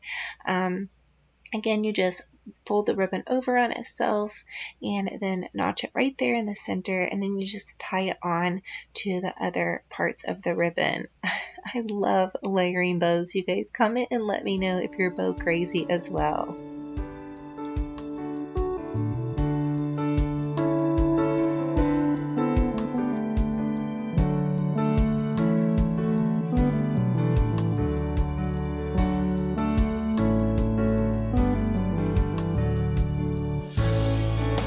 So now I'm just adding this second bow on to the base of my wreath, and I'm giving it a good fluffing. I really loved how this came out. I love the Dollar Tree Oh Sweet Summer lemonade signs.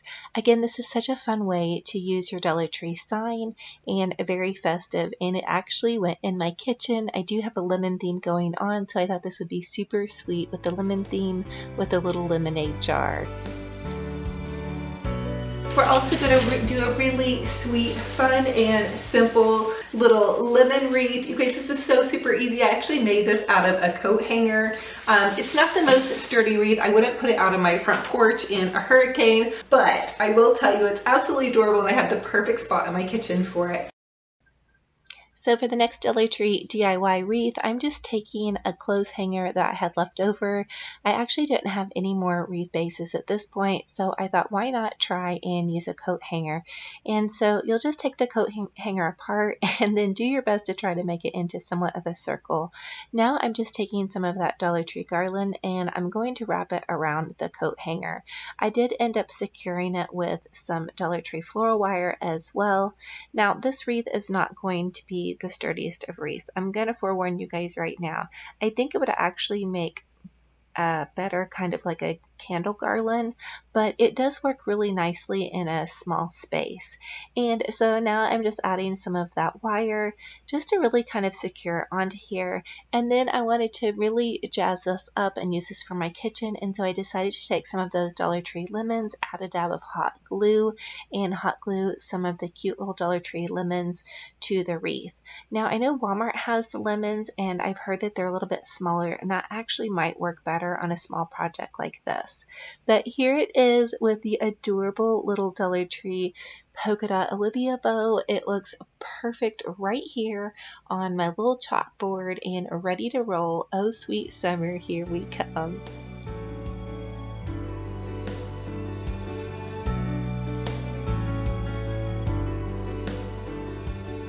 And then another fun wreath that I want to share with you all is this really cute little farmhouse wreath. Now this is all repurposed fabric. I made a 4th of July bunting and I used a bunch of this fabric, but I had a lot of fabric scraps left over. So you guys can make a fabric scrap wreath. I also used one of these Dollar Tree pictures. You guys tell me all the time, sorry, my hair, oh my goodness.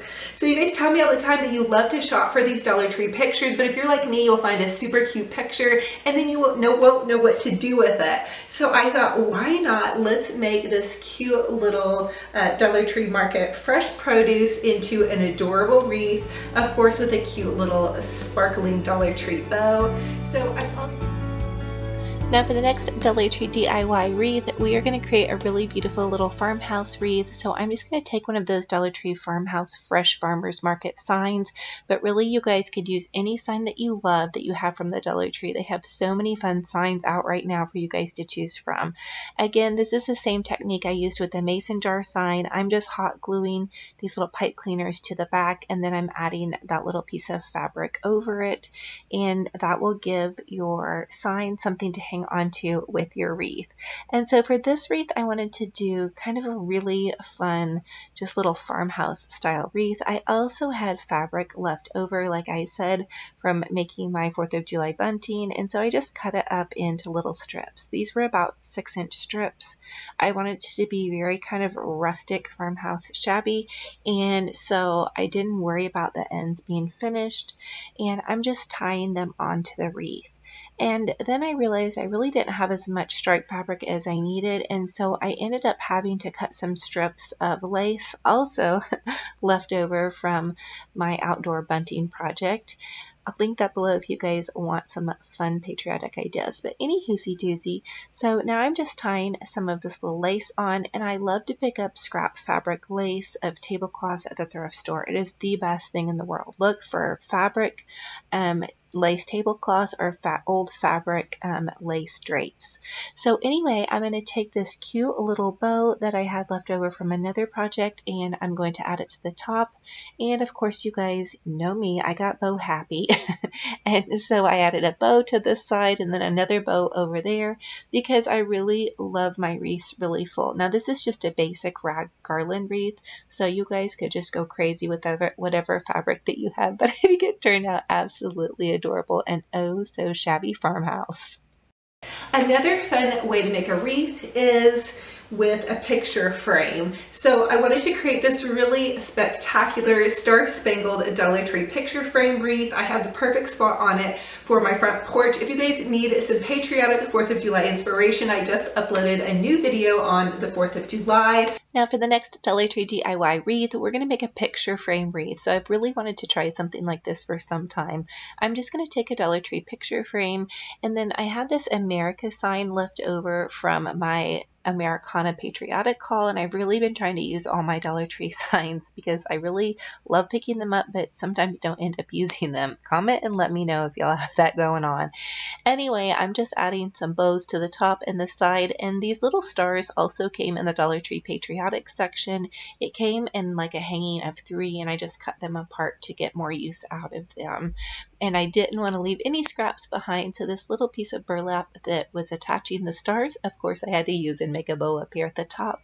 And then I was searching for more bow making material, and I ended up finding some of that Dollar Tree twine, and I think this came out adorable, you guys. Perfect for my patriotic theme I'm going to be having going on outside. Now it's time for a recap of some of the other wreaths I have shared with you all, starting with the coastal. Now for the next Dollar Tree DIY, you're going to need one of those willow Dollar Tree wreaths and 2 loops of nautical rope. So I just hot glued the first piece of nautical rope, and then I'm going to hot glue again. So basically I'm just finding little spaces in the willow wreath to kind of hot glue.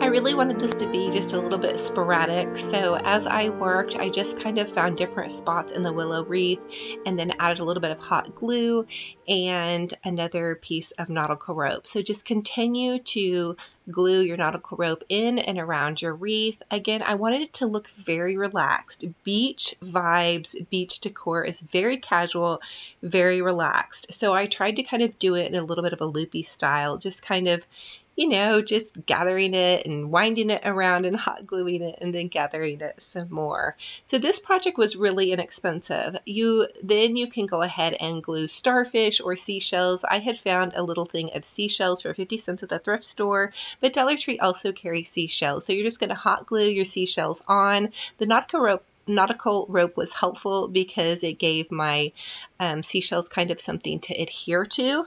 So, and there you have it. You have a really beautiful beachy wreath. Of course, I did have to go in and add a bow. You guys know me. I love my bows, but just continue to glue those pretty beachy themed items onto your wreath, and you're having a very cute, very relaxed, and oh so natural beachy wreath.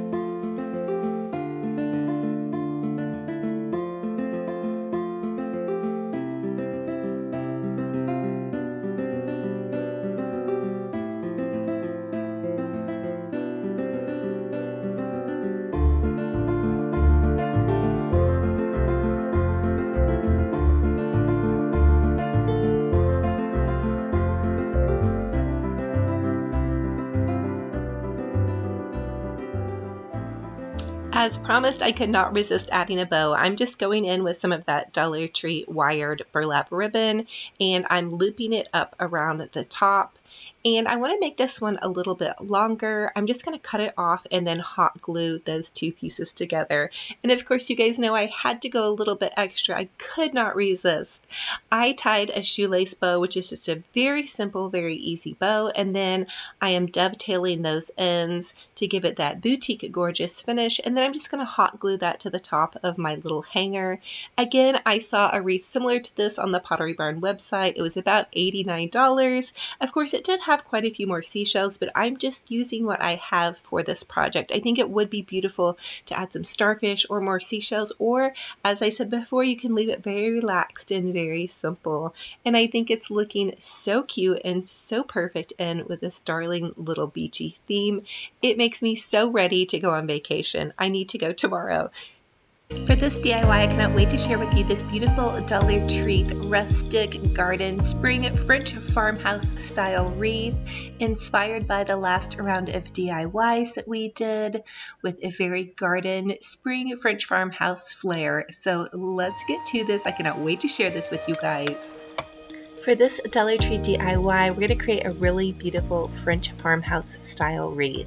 So I'm taking a wire wreath form from Dollar Tree, and then I'm taking some evergreen garland. This is inexpensive garland I had left over from Christmas, and I'm just taking the evergreen branches and looping them in and around the edges of the wire garland. I used 2 pieces of garland to create this base. You could also use a grapevine base, or really whatever kind of base you have on hand would work.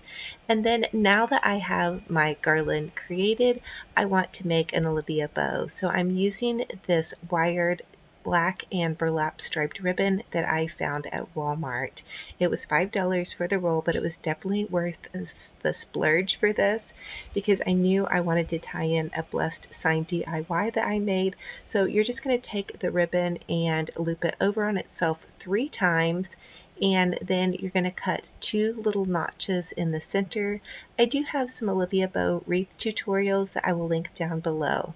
So just cut 2 tiny notches in either side of your ribbon, and be careful, don't cut too far because you don't want the bow to fall apart. And then take a pipe cleaner and you're just going to twist the pipe cleaner on and then pull your loops out. You can also dovetail your ends by cutting upwards in a triangle direction. I guess that makes sense. I don't know. Just make the end of your bow look pretty. Okay, so now that we've got our bow ready to roll, we're going to do a bit of fluffing here. So you're just going to take the ribbon to make that dovetail in and crease it and then cut upwards. Be careful when you're cutting upward. I also decided to add in a little bit of burlap to the back of this bow just to give it some dimension and texture. This was just some burlap that I had left over from another project. I believe I got it at Walmart, but Dollar Tree also carries burlap ribbon. Okay, so now we're going to take a longer piece of burlap ribbon, and I'm just going to loop it in and around the entire wreath. So just use those evergreen branches to kind of twist tie your burlap on. There's no real rhyme or reason, you just want to add some of that in. Then I'm going to take this piece of Dollar Tree greenery and take the evergreen and just kind of loop it around the base of this wreath. I want it to kind of stick out at the bottom. I want this wreath to look very French farmhouse, blooming woodland rustic theme. So I want to use a lot of greenery and neutral burlaps. Now I'm just twist tying my bow on, and then I'm going to give it a bit of a fluffing. That's really the secret to a bow, is just continue to give it a nice good fluffing.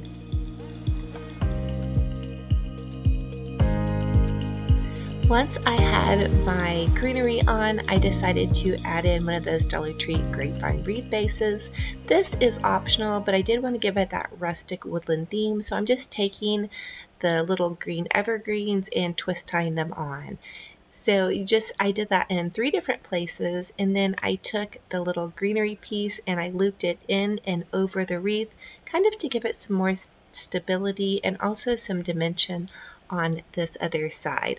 So all of the greenery that I'm using, everything that I'm using in this wreath is from Dollar Tree except for the ribbon for the bow, and I believe that burlap also came from Walmart from last year, the year before last, but again, Dollar Tree also carries burlap. So I'm just taking some of that Dollar Tree onion grass. I poked a big I poked a big grouping of onion grass up at the top and down below and then off to the side. And then you will see me kind of take it apart just a little bit and hot glue it in just to give it that extra bit of stability. I'm also using this piece of burlap to kind of go in and around the back of the wreath. I wanted to fill the wreath out. I really love to go really over the top with my creations, and so anyway, but yeah, so now I'm just adding in some greenery, and you guys can see me dancing around. So I decided to have a just full out wreath crafting day. I was blasting Mumford and Sons. I love their music. I really was doing a jig throughout this whole video. So you guys, this is your laugh for the day. Super awkward mom dancing. There you go. So anyway, I'm just continuing to add in some of the Dollar Tree onion grass and some little pieces of greenery. I just took some wire cutters and cut these pieces down, and now I have in some little white bits and pieces that I wanted to add in. This is just more Dollar Tree florals. They carry some of those little white florals, and then I'm also adding in some white lilacs. These are so pretty. I used them in my centerpiece for my last DIY. If you guys need some spring inspiration, I've been doing a ton of spring and Easter DIYs. So I'm just hot gluing the ends of these and then putting them into the wreath. Now, to give this wreath a little bit of a wow factor, I'm taking some of those Dollar Tree clay pots and adding a twist tie into the center and just twist tying it at the base and then leaving a little spot that I can twist tie it onto the wreath. Now, this definitely took some maneuvering. I just twist tied it into the wire base part of the wreath. Make sure you get it twist tied in really good because you don't want these flopping out. So I did have to really get in there and twist tie it a bunch. And then I'm adding tons and tons of hot glue to the base of those little pots. And now I just added some hot glue to the center, and I'm adding in some beautiful Dollar Tree moss, again to give it that really pretty rustic woodland kind of Frenchy springtime really feel.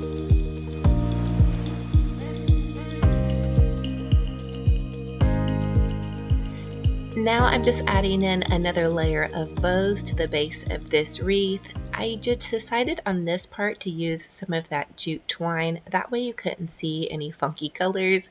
So I just tied that on to the base of the wreath. And now you're going to see me adding in some of those Dollar Tree ferns. I've really been loving these. I think they look pretty realistic and they're inexpensive. They come 5 or 6 on a bundle. And then I decided to clip off some fake lavender. Yeah, this was from the lavender bundle that I used in another DIY. So I just clipped off a couple of little pieces. I did want to give this wreath some sprigs of color. I also added in this super cute little purple bird that I found last season, I believe at TJ Maxx for a couple of dollars. I wanted a smaller, more realistic looking bird, but I didn't have any on hand and I wanted to finish this project. So anywho's, so I'm adding in now a bit of moss to the base of the bird, and now I'm taking some of those really pretty Dollar Tree speckled eggs. I'm adding in some hot glue and just hot gluing them in and around the wreath. And then I just continue to add some more eggs into the center of my bow and some greenery just to kind of fill things out a bit. And I am so over the moon in love with this creation. I have really been wanting to get my hands on some really pretty black and white ribbon. Again, I did that bless sign, and you guys are going to see it as I pan around a little bit later in this video, but here's a beautiful close-up. I am very thrilled with this, super inexpensive, almost all Dollar Tree items, and I think this came out very high-end for a teeny tiny budget.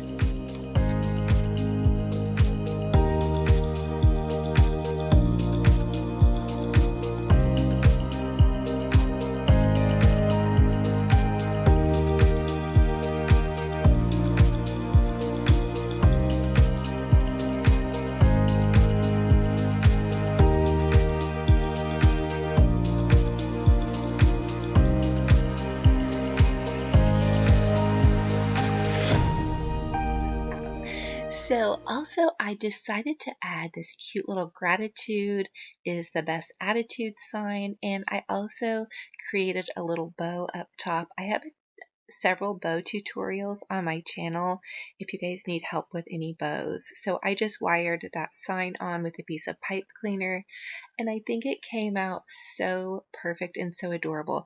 And the best part about this is because the burlap is neutral, I can change out the signs month by month. So for the next Dollar Tree DIY, I'm going to create a Dollar Tree Deco mesh. I'm going to be using 3 rolls of the red Dollar Tree Deco mesh and 3 rolls of the white Dollar Tree Deco mesh, and then a roll of burlap fabric, and it is from burlapfabric.com. I will leave a coupon code below and a link if you all are interested, and Walmart also sells burlap fabric. So I'm just cutting all of these pieces of mesh and fabric. They're about 10 to 12 inches. I'm just kind of eyeballing it because I'm not super precise on my measurements, but if you all wanted to, you could measure each piece. Now I'm taking and I'm gathering it up and creating this little ruffle in my hand, and I'm starting with the red and then I gather the white, and you could also use a chip clip if you need help holding these two pieces together while you gather your last piece. Now I'm just gathering the burlap fabric. So together you just kind of ruffle it up between your fingers. It doesn't have to be perfect.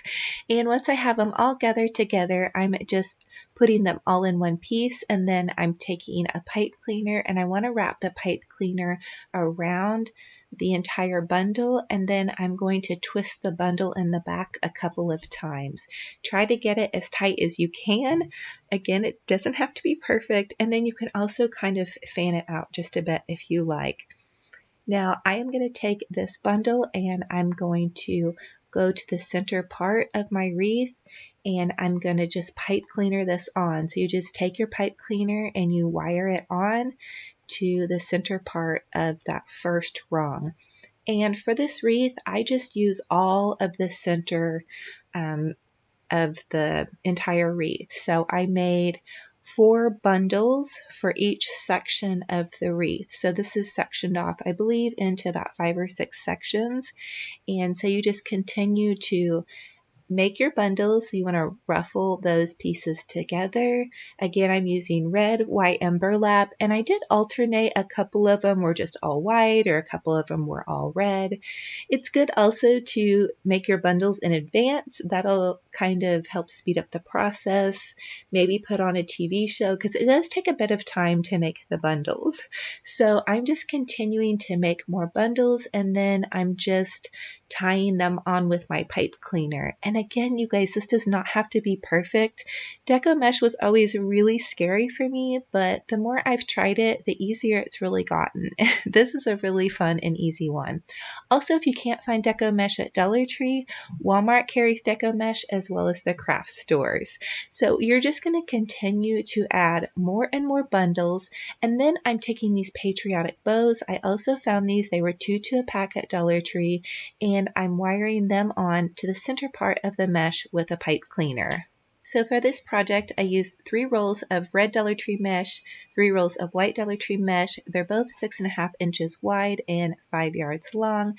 And then I used 1 roll of the burlap ribbon, and it was 6.5 inches wide and 10 yards long. For the next Dollar Tree DIY, we're going to create a terry bow using the Pro Bow the hand. So you're just going to take your wired ribbon and you're going to add a piece of wire to the base of your ribbon and tie it around your first loop here, and then tie it around this peg. Now this is the terry bow. If you go to Pro Bow the hand YouTube channel or just type in terry bow, you'll find some really great detailed instructions.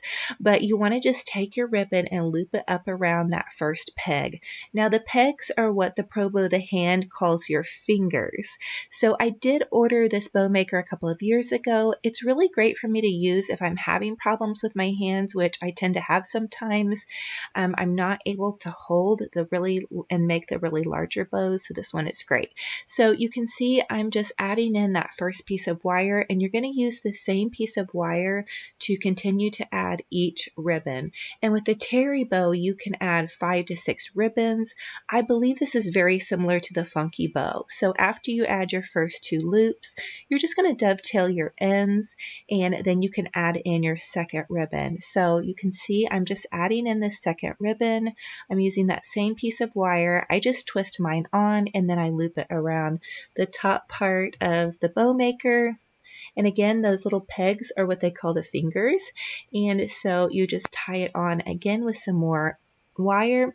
You loop it up again and down, and then you tie it on again with some more wire. And the goal is to kind of keep your base wire, that base bottom peg, if this is making sense, is what holds the entire bow. And you're just going to continue on with that process. Again, I'll link all my bow tutorials down below if you guys need an easier bow or a more detailed instruction. But once you have your terry bow all finished up, or whatever bow you choose, you can give it a really, really good fluffing. And this is the secret to my bows, is lots and lots of fluffing. So I'm continuing to fluff this bow, and then I couldn't resist and adding another bow. Dollar Tree makes these great burlap already pre-made bows. If you guys don't want to try to make a bow, just add one of those bows. They're super easy, super simple, and they're only $1. Now I'm adding in some of that Dollar Tree raffia just to give this some texture and to give it a little bit more of a rustic chic look. I did add another patriotic bow off to the left, and then I'm using some of those Dollar Tree, I believe these are spider plants, and I just clipped off a couple of the little spider plants. I did have a bundle of tulips. I added a couple of tulips, and then I loved this. This was one of those Dollar Tree plant stakes, and I just took it off the plant stake and added the little "In God We Trust" heart. I just hot glued that onto the wreath, and then added just a couple of more florals in and around there. And that deco mesh really saves the day with an outdoor wreath that you want to last for a month or so. You don't have to spend much on it, and it really looks really high-end and chic without breaking the bank. So I'm loving this. I 20 thought it came out DIY Dollar Tree decor crafts using plates or vintage plates. So I think all of us have some kind of plate laying around that we can possibly craft on. I want you to plug in your glue guns, get out your glitter and paint, and let's get to crafting. So go ahead and round up some plates that you are not using. I had these plates given to me, so I had a bunch of extra white plates on hand, and I just kind of used the ones that had chips on them. And so for the first Dollar Tree DIY, I am going to cut out some of these pretty roses from this Dollar Tree napkin and Mod Podge it to the plate. What I want to create is kind of like a hand-painted floral plate look.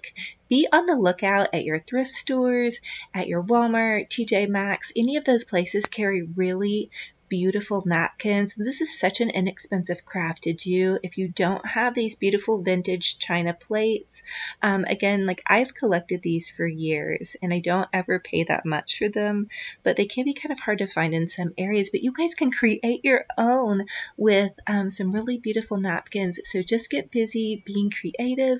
And then also I did kind of tear one of my little roses on my napkin because I was Mod Podging a little bit too hard. And it's really easy to fix that. Just Mod Podge another layer of rose over that. So here is my final product. I thought it came out really, really sweet and very affordable for a DIYer that just wants to create some seasonal decor that they have on hand. Now for the next Dollar Tree DIY, I'm going to use some of those Dollar Tree poster board letters and create an eat play. I think these are really fun to make, especially if you're decorating in the farmhouse style or just want to give it a little bit of that flair. These stuck right onto this plate. This DIY was so easy. It's definitely a no-brainer.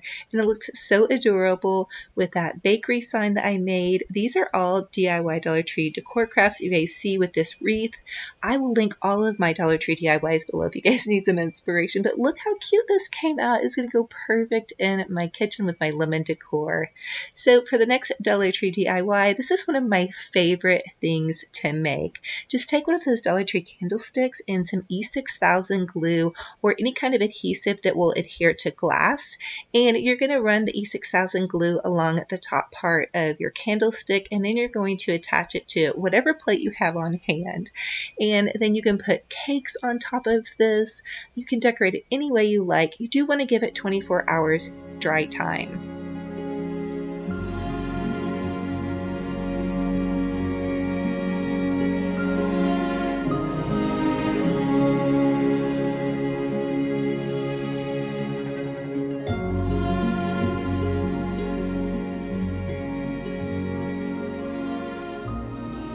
So for the next Dollar Tree DIY, take one of those Dollar Tree lemon notepads. These are pads that you would stick on your refrigerator or make notes with.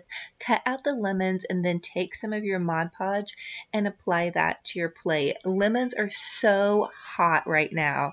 They are everywhere. I saw lemon plates all over TJ Maxx. You guys could pick up a white plate at Dollar Tree or at the thrift store, or if you're like me and you have people randomly giving you plates, just go ahead and reuse those and repurpose them for this seasonal decor. I love this one. I'm really so in love with lemons. I have them in my kitchen right now with this whole kind of vignette, and it's so adorable. This plate definitely hit the spot and turned out so perfect and cute. But just keep in mind, any kind of notepads that you guys see, you guys can use that and make some really beautiful plates that will match your decor.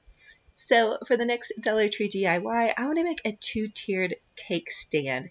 But actually what I ended up using this for were my fruits. So you're just going to take one of those Dollar Tree candlesticks again, and this time you're going to E6000 the top and the bottom. Again, this is going to take 24 hours to dry before you really want to do a whole lot with it. You can add a little bit of hot glue to the E6000 if you want to, but it worked perfectly doing it this way, and I thought it came out super cute And then my little lemon cake stand that was kind of like a miniature cake stand over here fit perfectly on top of here. And hey, if you guys need some fake cake DIYs, I have two that I have posted with this lemon cake and also with some really beautiful Marie Antoinette ones. So I just put my fruit on this and I thought it came out so perfect. It was a great way to display it in a really cute, classy way. And also it was functional, which I love. So the next Dollar Tree DIY, we are going to create a super adorable little kind of monogram plate. So these are super fun to create, very whimsical. I just went to the Dollar Tree teacher section and I found this yellow and white polka dot P. Our last name starts with a P, and so I just basically Mod Podged it onto this white plate. This is just an old white plate that I had left over from years ago. I thought it turned out super cute, but a really fun little idea, and it also goes along with that lemon plate. So for the next Dollar Tree DIY, my daughter's actually going to paint a little scene on a plate for me. She has been painting up a storm this summer. I am so blessed and thankful to have her home. So you guys are definitely going to see her popping in my DIYs. But she is just taking and she painted the base of her plate white to give her painting some traction. And then she's just going to take some of that apple barrel craft paint and she's making these really pretty little floral stems. I wanted her to paint something for me in kind of my favorite shabby chic decor colors. And so she's just going to create these super simple and adorable little flowers, and they really melted my heart. I love when she crafts with me, and I can't wait to share with you guys more of her really beautiful art. This was something she did very simple and quick just for this video, so I hope you guys are loving it.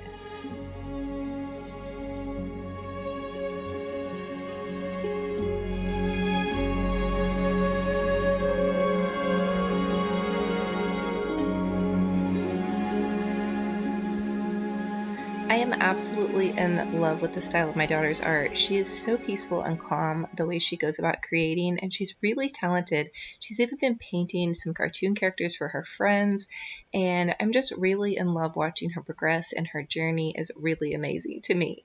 So for the next DIY, we're going to take this broken cup, and I'm going to use this little saucer that it matches to, and I'm going to take some E6000 glue, and I'm going to share with you guys how you can take a broken teacup and just turn it sideways and use it for multiple uses. So the E6000 is going to adhere, and again, you need to give it 24 hours to dry, but here it is with some cakes in it.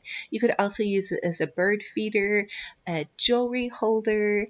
There's so many little things, and I think this is so neat because I know sometimes I'll break one of my dishes and be a little bit crushed, but this is a great way to repurpose one of your very favorite cups that has broken and just give it some new life. So I thought that would be cute and fun. And then, of course, you guys know me. I had to pop some florals in there. So gorgeous. And I found a bunch of roses this weekend at a garage sale, so I cannot wait to share with you guys a cool DIY with some garage sale roses. Anyway, for the next DIY, I'm going to share with you guys how you can make some plate hangers. So for the first one, you take a pipe cleaner and you just cut it down to size of your plate. And then you're going to take some duct tape and you're going to cut the duct tape and you're going to get a big old giant dapple of hot glue. So to create these plate hangers, I'm doing some DIY plate hangers, and these are just on plates that I won't be using except for to hang on the wall. So I added some hot glue and I had also added some E6000 to this as well. And so you're just going to cut that off. Now, this is not probably going to come off, but you really don't want it to if you're going to be hanging it to the wall. But there's a DIY plate hanger for you. Now you can also buy plate hangers at Michael's for $2 to $5 depending on the size of plate hanger you need. Here is another DIY plate hanger that I made with a paper clip. The same drill, you add hot glue, E6000, and then take some felt and just cover that, and then you have a DIY plate hanger with a paper clip. Here's my other DIY plate hanger that I wanted to share with you all. And for this one, you're just going to take some Dollar Tree floral wire. Now, this plate hanger can only be used with plates that have these little edges on the sides. As you guys can see on some of these plates, they have like the little platter hooks, I guess. I really don't know what you would call those. Comment and let me know. Handles. Okay, my mind was going crazy trying to think of that for you guys. the little handles on the side. So you just thread your wire through, and you want to double thread it because just single threading it really isn't going to give it enough stability. And then you just twist it together really well and leave it long because really you want plenty of room on there. So that's going to give you that DIY plate hanger. Now you guys are going to see me. I've been teasing this with you guys for several days now, but I'm going to make a plate collage on my wall. I had recently moved my cabinet and I needed somewhere to put a bunch of my really pretty china that I've been collecting that's just basically sitting around in cabinets and it's not displayed well. So as you guys can see, I'm just arranging my plate collage on my table first so I can get an idea of the layout that I want on my wall.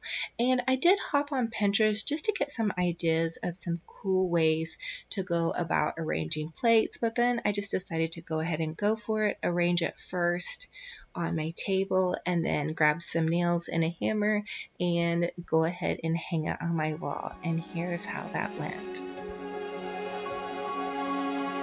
Okay, you guys, so now it's time to go ahead and hang our plates. I'm going to make a collage on my wall. These are just vintage china plates that I picked up over the years. I never pay usually more than $10 for a plate, so I'm very careful and I hunt very hard for my plates. And since I don't have my cabinet over here in this corner, I really wanted to go ahead and display everything on my wall. So we'll see how this goes, all right? Got my little hammer and I did measure in advance.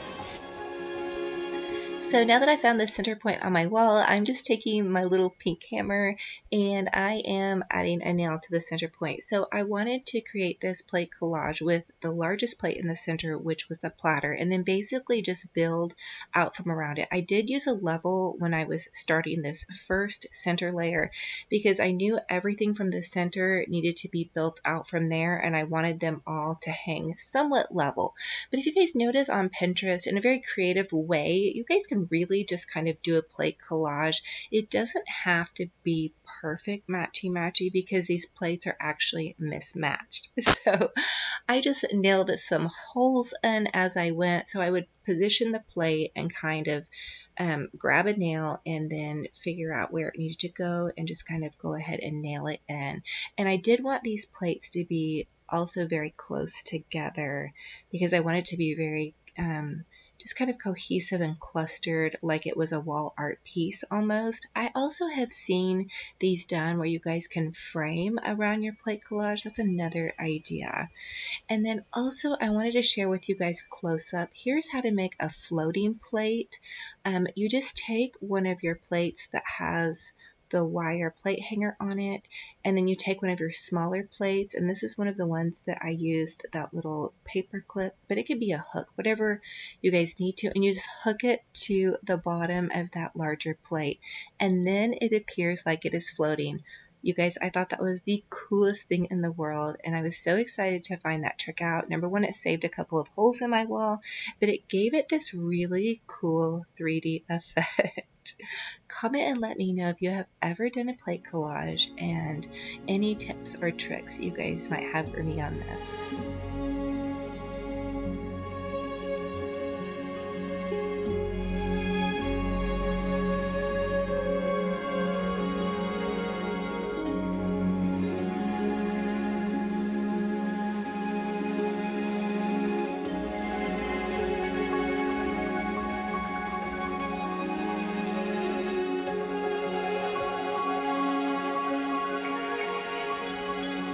And here is the final plate collage. Oh my goodness.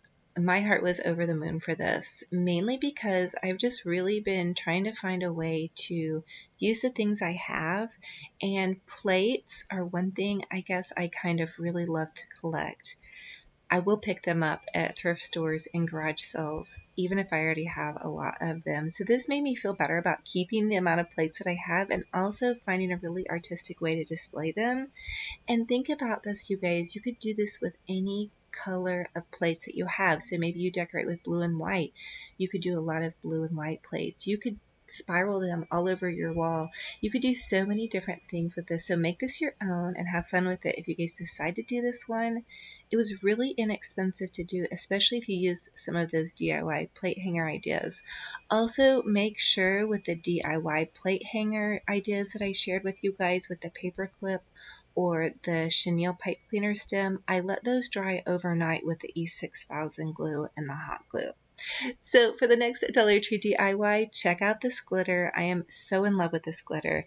You're just going to take some Elmer's glue and you're going to swirl it around in the base of your plate. This also works really great for Mod Podge, or with Mod Podge as well. And then you'll just go ahead and add your glitter to your plate. And then if you want to add jewelry on top of this, you want to Mod Podge over your glitter. So I'm just sharing with you guys how you can maybe add some lip sticks or chapsticks or whatever.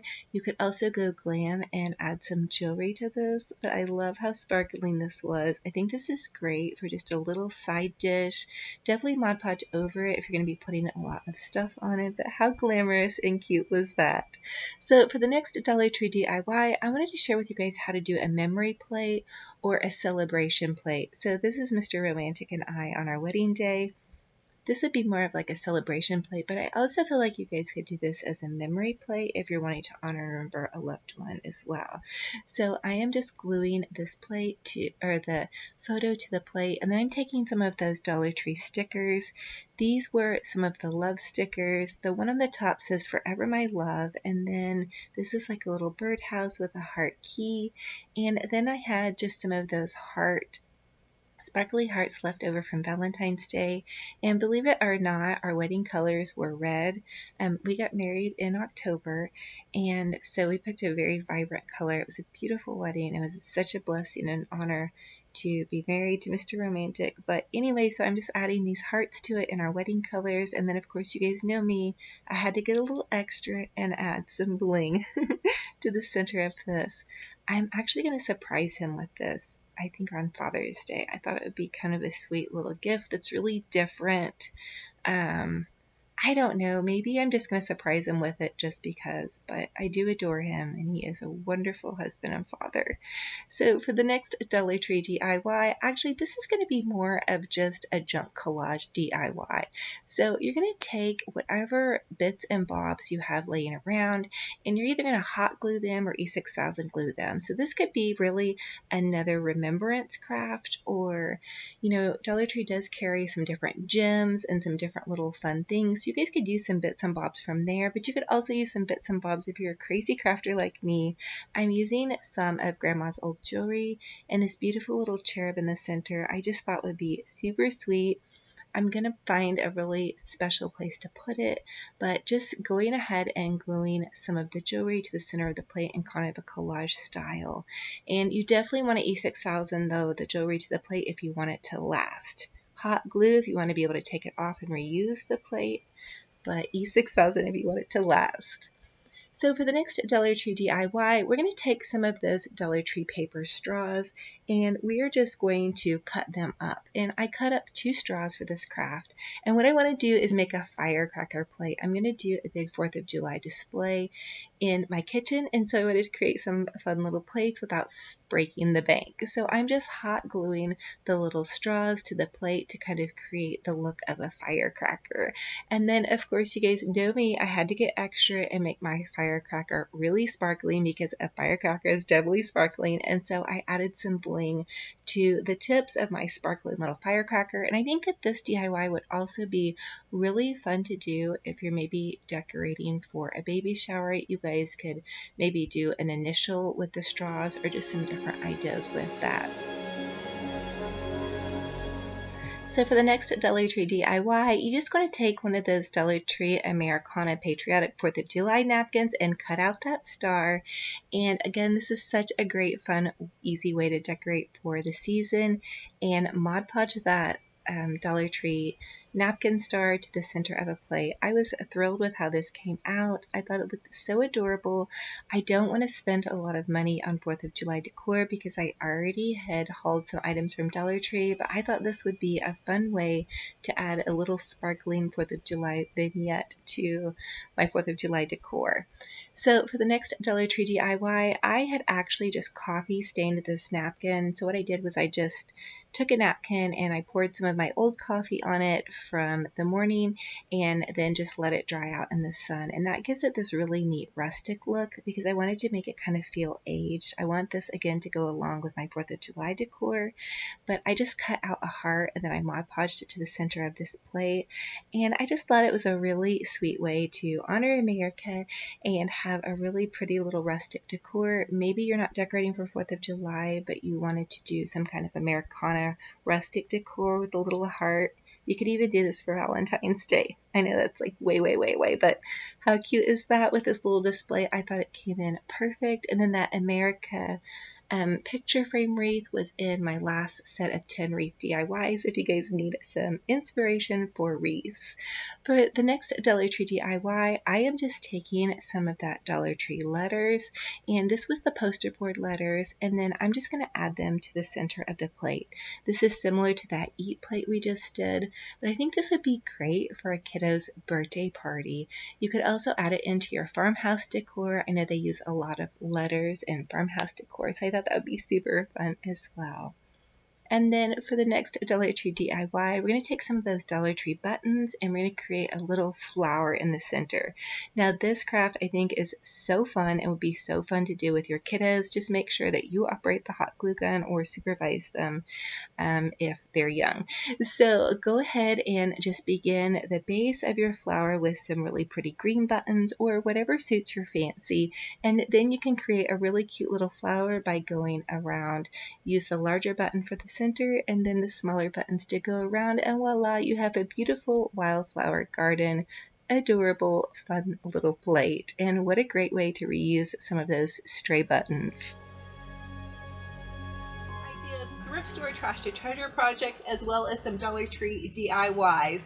And as promised, I'm going to share with you guys my mini plant haul. So for the first Trash to Treasure thrift store Dollar Tree makeover project, I am going to make over this lamp. It's an indoor lamp, but I want to make it into an outdoor garden lamp. So I'm just taking off the top part and I'm clipping off the wiring. Now somebody had already clipped off the wiring, so it wasn't usable. And then I'm going to take one of those Dollar Tree solar stakes and I'm going to turn this into a lamp. I saw this and I really wanted to try it. I was so excited to go for it. You guys, this is such a fun way to make over a lamp. So I'm just taking some outdoor white paint and I ended up using 2 coats of this outdoor paint to paint my lamp base.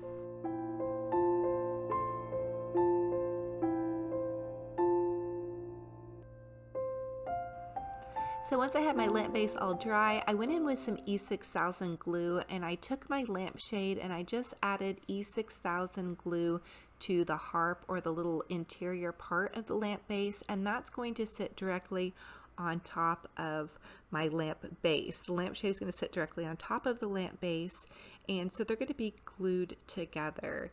And then the next thing I wanted to do was take that Dollar Tree solar stake and you remove the bottom stake part, and then you want to E6000 glue the bottom part of the solar stake inside into the lamp. Now this is going to be a bit permanent, but I'm thinking at the end of the summer I'll probably just be able to twist the solar stake off if it doesn't work anymore and just put a new one in there. So I was really excited for this project. Number one, because I had these lamp bases laying around, and here is a little bit of a close-up view, and also I did take it inside to let it dry because it was about 90 degrees on this day. And so here it is with the glow after the solar stake has charged up. You guys, I am totally in love with this. I think this came out so fantastic. I think this would be an amazing project if you have a deck, a porch, anywhere that you want to add that really extra special little glow to. I think it's so romantic and so cute, and you could really get creative with this. You can pick up lamps super cheap at thrift stores. And I also am going to treat my lampshade with some type of coating to make sure that it repels water. But I was so excited to share this project with you guys. I really hope you try this one. So here it is also outside, and I think it's so cute. I hope you guys are loving this as well. And so for the next Dollar Tree DIY, I want to create a temporary sofa slipcover for outside on my little cushion. So I'm taking a Dollar Tree shower curtain and also some of these Dollar Tree sheet grippers. Now the Walmart sheet grippers are a lot easier to use if you have problems with your hands, but the Dollar Tree sheet grippers were only $1, and this is a very temporary little cover out here. I will tell you that the Dollar Tree shower curtains are incredibly flimsy. I want this to last for about a month because we're having so many storms and they're just drenching my outdoor cushions. And also my cat Tinky is shedding her winter fur, and so she's getting fur everywhere. So anyway, what I wanted to do was go to the bottom of the shower curtain and find the little ring that's already in there, and that's where I attached my first sheet gripper spot. And then for the next part, there wasn't another ring, so basically I just cut this to fit and then kind of poked a hole in for the sheet gripper to attach to. You guys can get creative with this, but this doesn't have to be perfect. Again, this is an outdoor cushion, and it's basically a cover to kind of keep my cushions out of the weather, and also I wanted it to kind of match my outdoor patriotic decor a little bit better than the roses that were on there. So I think it came out super cute for temporary. I should have also bought another one so I could cover the chair over here, and the stripes were going the right direction. But anyway, you guys get the point. Okay, so I would love to introduce you to my husband, aka Mr. Romantic. He actually has a real name. His name is Josh. And so let's welcome him to the little garden front porch. So how fun would it be for Mr. Romantic to do some DIYs on my channel? I'm really trying to convince him. So for the next Dollar Tree DIY, I'm just going to take one of those Dollar Tree garden stakes and I'm going to pop it into this planter flower bed because my ground is really hard. And then I wanted to add this cute little hanging sign, but it did want to stay on there and I think it would get blown away easily. So here's a really easy little trick. Just take that plastic rod that's in the flag and cut it out, and then you can just slide the flag right on to your little garden stake. Now the garden stake was a little bit flimsy, so I did go ahead and grab a couple of rocks to put on there, but I thought it came out super cute. And then for the next Dollar Tree DIY, this is a little hack that I have.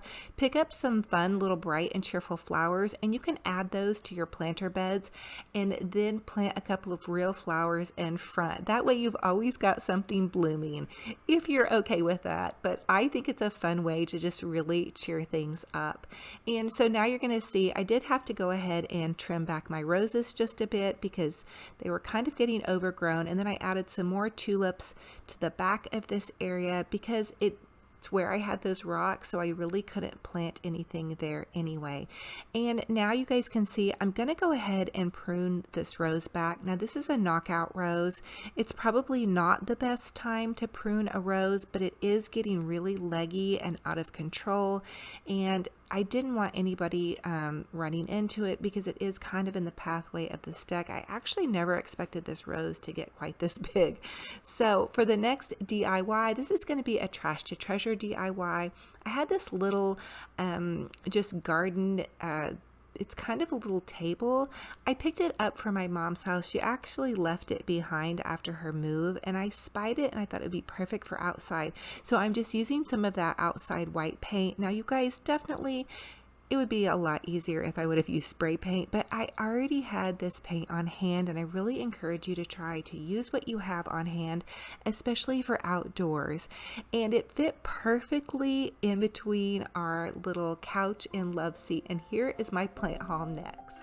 As promised, I'm going to share with you guys my plant haul. Now, for these plants, I did get them on clearance, except for my herbs. So I'm so excited to share this with you guys. I even convinced the lady in line next to me at Walmart what a great deal these petunias are.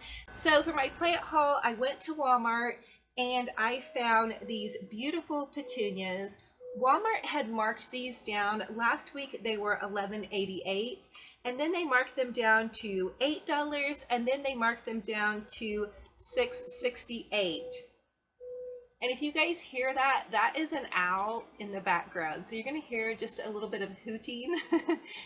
We have an owl that lives in the woods across the street from my house. And so you're going to hear that. So anyway, Walmart had these petunias last week for $11.88. I love the pink basket. I bought a ton of these last year, you guys, and I didn't wait for them to go on clearance. So I paid full price and I ended up spending about $100 on petunias. Now, the reason I liked petunias so much is because they do so well in the heat, and I do really good with petunias. So we're just a really great mix. Plus, they're really full and they flower a ton.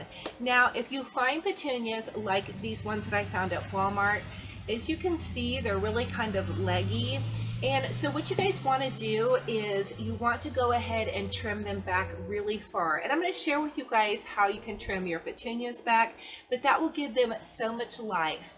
And the other thing is petunias can be just a little bit fussy. They do need a lot of sun and they do need a lot of water. So you can't let them go for days on end without water.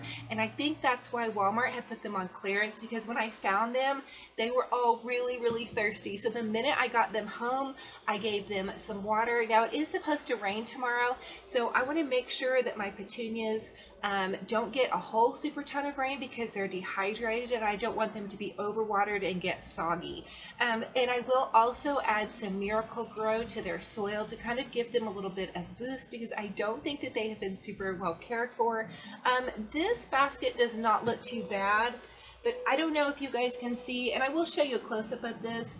This basket, as you can tell, the petunia probably got really dry and dehydrated, but I did pick up some of these last year towards the end of the season that were on clearance, and I had really good luck with them. What you have to do though is trim them way back. They do like a visit to the beauty salon and they need to be cut and clipped way back. So that's for the petunias. I got 5 baskets of those, and at $6.88 it was a steal of a deal, because normally they're $12 each, and these will really fill out my yard. And as far as annuals goes, that's probably going to be all that I'm going to add to my yard. I do have a lot of perennials that are blooming right now, but these will bloom all summer and really give a lot of color. Now, the other thing that I am looking for are some really pretty big full yellow marigolds. I have yet to find them. Walmart and Lowe's, neither one of them had them, so I'm going to continue to look for those. Now, the other plants that I found were, I went to Lowe's and their plants were really healthy, so I was willing to pay full price for 2 lavender plants. I've never tried lavender, but it does say that they can do full sun. And then I also got 2 basil plants, and oh my goodness, these smell so delicious. I'm so excited. I love using fresh basil. Now in my backyard, I do have Italian oregano and I do have lemon balm, and it has completely come back and taken over my backyard. So I'm going to share with you guys what I'm going to do with these petunias. I'm going to plant my herbs as soon as I find the right spot for them. The other thing is, you guys can ask your garden section at your Lowe's, at your Walmart. I asked the garden section at Lowe's where their clearance section was, and they didn't have a clearance section, but they did have a couple of bags of stuff discounted. So they had a topsoil that they had discounted to $1, and then also a bag of mulch that they discounted for 98 cents. So I was over the moon. I basically was just running out of there, skipping, and so happy because I found these herbs. I've really been wanting to try some herbs, some fresh herbs that I haven't tried. And then my petunias. I mean, I was so excited, you guys. I told the lady at Walmart, there's nothing wrong with these. Why are these on clearance? Not that I minded, but I convinced the lady behind me also to buy some, and she grabbed a couple because there's really honestly nothing wrong with these plants. They need a little TLC and a little clipping back. Okay, so I'm just going to drop 2 of these down in here. I planted petunias. So I'm just dropping these petunias down into this planter bench. It was a really cool little thing that Mr. Romantic found. I think it was like 10 bucks at a garage sale, but I believe it was just an old child's bed made into like a planter box. But this is one of my hacks. I always do, you guys. Every year I'm super lazy, especially if I can find a good deal on hanging baskets. I'll just drop them straight into my planter beds and voila, they're already ready. And now I'm just using some of that mulch. I was so excited to find it for only $1.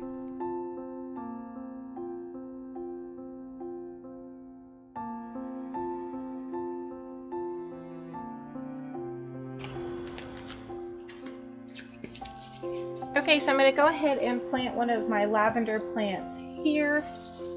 Again, I've never done lavender before, but we'll see. I think I'm just going to plant, gosh, I don't know if I want to plant one or two. I think I'm just going to plant one right here for now and just see what I think. I just like to break up my root base right here. Break that up really well, and that'll help your plant kind of get adjusted to its big move. Ooh, I'm telling you guys, that lavender smells delicious. Okay, you guys, look what I found. Mr. Romantic is asleep on the job. Does anybody else's husband fall asleep while they're gardening?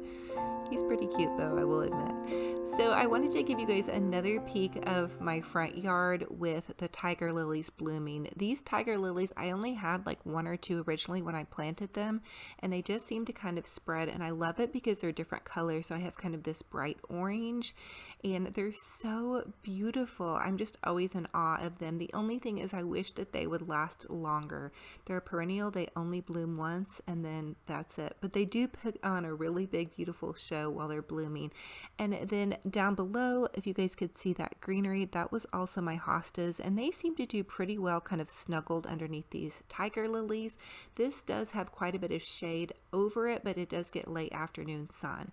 And then here's some of the lighter colored tiger lilies. It just really cracks me up how different colors they are and how they just continue to kind of spread and evolve throughout this little garden space as the years go by. So they definitely must be loving this spot. And then here's those really big, bright, pretty kind of red ones. They looked really pretty with my patriotic bike decor that I did, but I love peaceful garden settings, so I'm really happy to be able to share this with you guys. This is also the space where I had those irises blooming earlier, so I'm probably going to take all of my garden videos and put them in one so you guys can kind of see the evolution of everything that blooms in my front yard as the season goes along.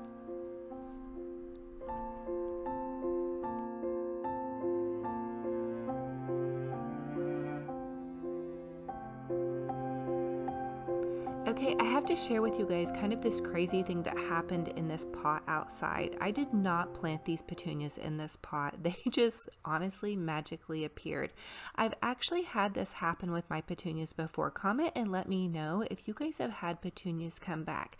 They are only supposed to be annuals, so I'm not for sure why they popped back, and they're also under this tree, so I may have to move them so they get a little bit more sun. But here's my garden bike all decorated for Memorial Day, 4th of July. I love getting really patriotic.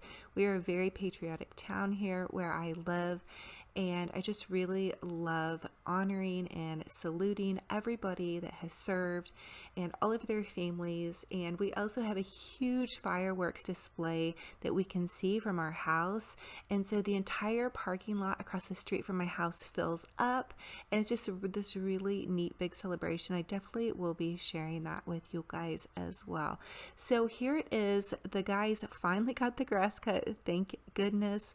It was such a hot day, but I was so thankful because it made everything look really beautiful and just all trimmed up and ready to put on a show for you guys and share with you guys these garden DIYs. So I hope you guys are getting some inspiration, and I do have a couple of more ideas coming, but I did have to share with you guys. So I did go ahead and plant 2 lavender plants in front of this little tulip display. Again, my garden hack, and I forgot to share this with you guys in my last video, but I do have a peach tree that my son Max picked out when he was really little. We just let him pick out whatever tree he wanted, and this is the first year that we have a ton of peaches on it. I don't know, it was really strange because last year we didn't have any, and this year we have a ton. So we'll see how that goes. I kind of suspected last year I might have had some neighbors that might have been picking them. Otherwise, I'm not really for sure what happened, but we just never had any produce. So here's a little bit of a close-up of these petunias. They're really beautiful, but as you can tell, they need to be trimmed back. Petunias really, really love getting a really good haircut and getting trimmed really far back, and then after that, they just come back so full. So I'm going to share with you guys how I go ahead and trim those back, just in case you're interested in doing some petunias yourself. So I am going to take off all of these flowers, and I am going to make a flower arrangement out of these so you guys don't cringe too hard, but they do have to be trimmed back, especially we have more storms coming, and I really want to give them a chance to get a lot of water down into their roots, and then also, you know, have a chance. It's going to take them probably a couple weeks, but when they come back, I'm going to share with you guys how big and beautiful they're going to be, and I'm also going to treat them with some Miracle Grow just to get them nice and healthy again as well. And so now that I have them all trimmed up, I'm just going to take some of the clippings and I'm going to use one of those Dollar Tree vases. I'm going to create a really pretty vase. I just used water in this vase, and then I'm going to pop these petunias in. No real rhyme or reason. I did want to give them a shot though to put on a show inside of my home, since I did have to clip them back, and it kind of broke my heart a little bit to take all those pretty flowers off, but I know it's going to be for their own good, and they're going to come back bigger and stronger and even more beautiful. And I also knew there was a storm coming and that they wouldn't be happy having that leggy of an unhealthiness. And then also, if you guys have petunias, if you'll go ahead and trim off the little buds after they've bloomed, that also really helps them bloom out quite a bit. And I added a tiger lily to the center of this arrangement, and I think it came out really beautiful. So for the next Dollar Tree DIY, this is super easy. I just went ahead and planted my basil. I planted it in this little garden planter, and then I just popped those two little garden stakes in the back. I know you can do a lot of really amazing DIYs with those garden stakes. I've seen so many cool things done with them, but actually guys, I'm just going to use them for my garden. Of course, the basil's probably not going to trail up those little trellises, but I thought it just made it really kind of cute and fun and gardeny. Comment and let me know what you think. Another fun thing you can do is take one of those Dollar Tree marble planters and make like a little soil spot where you can stick all of your gloves and I like to take and pop my shovels into there. Like any minute I could be doing some impromptu gardening, so that's a fun little DIY hack for you as well. And then here's that DIY patriotic wreath that we made using all Dollar Tree supplies. So you guys go back to my 4th of July video. That's where I shared with you guys how to do all of these Dollar Tree 4th of July DIYs.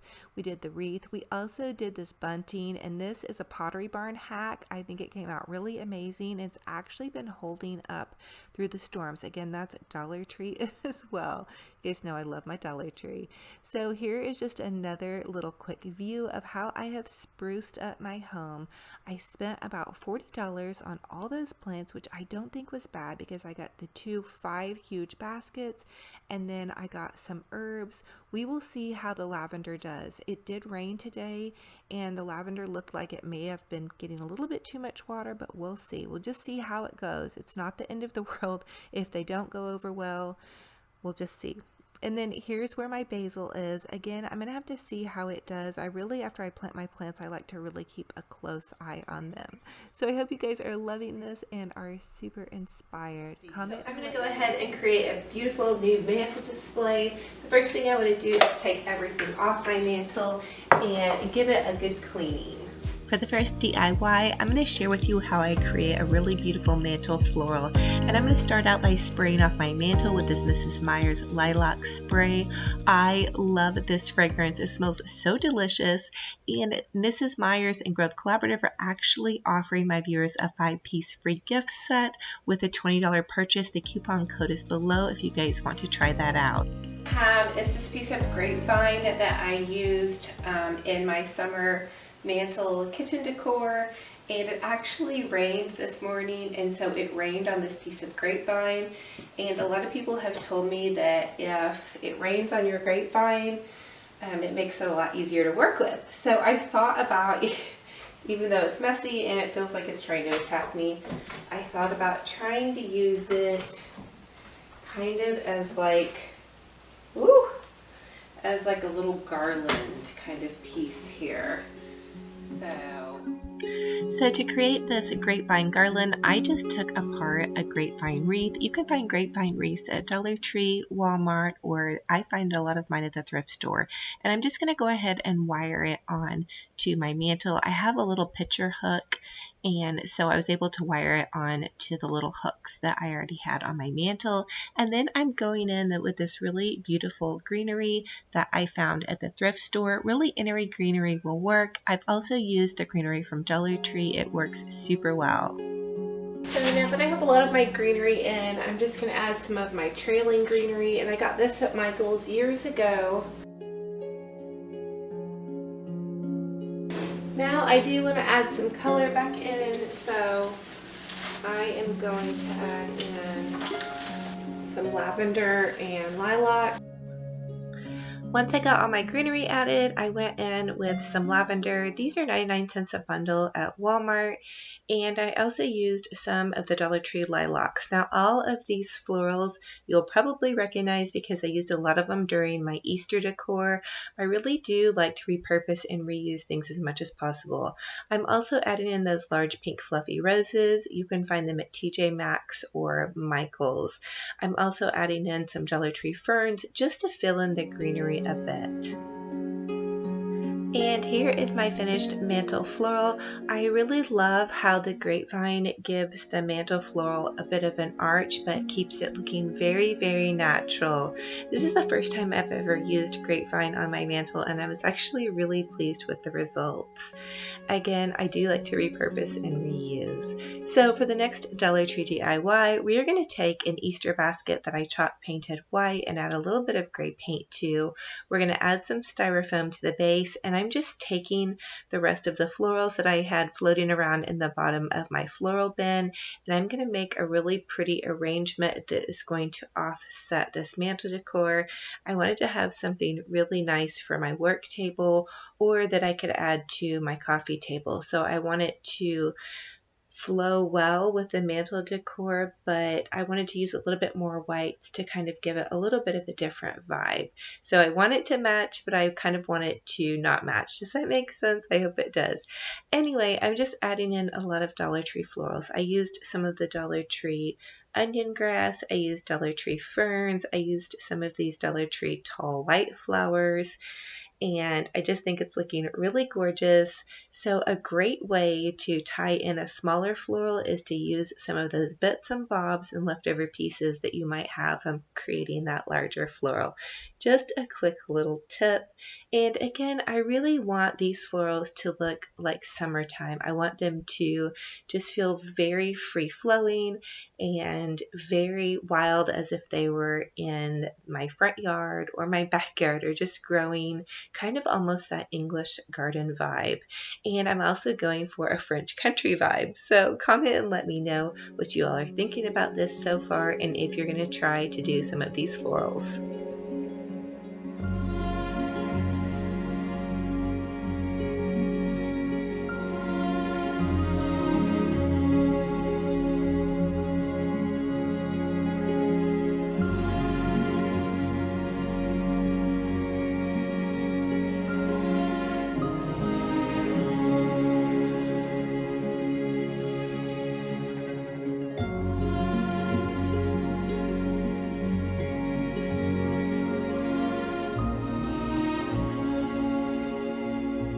For the next Dollar Tree DIY, we're going to create a blooming floral vase.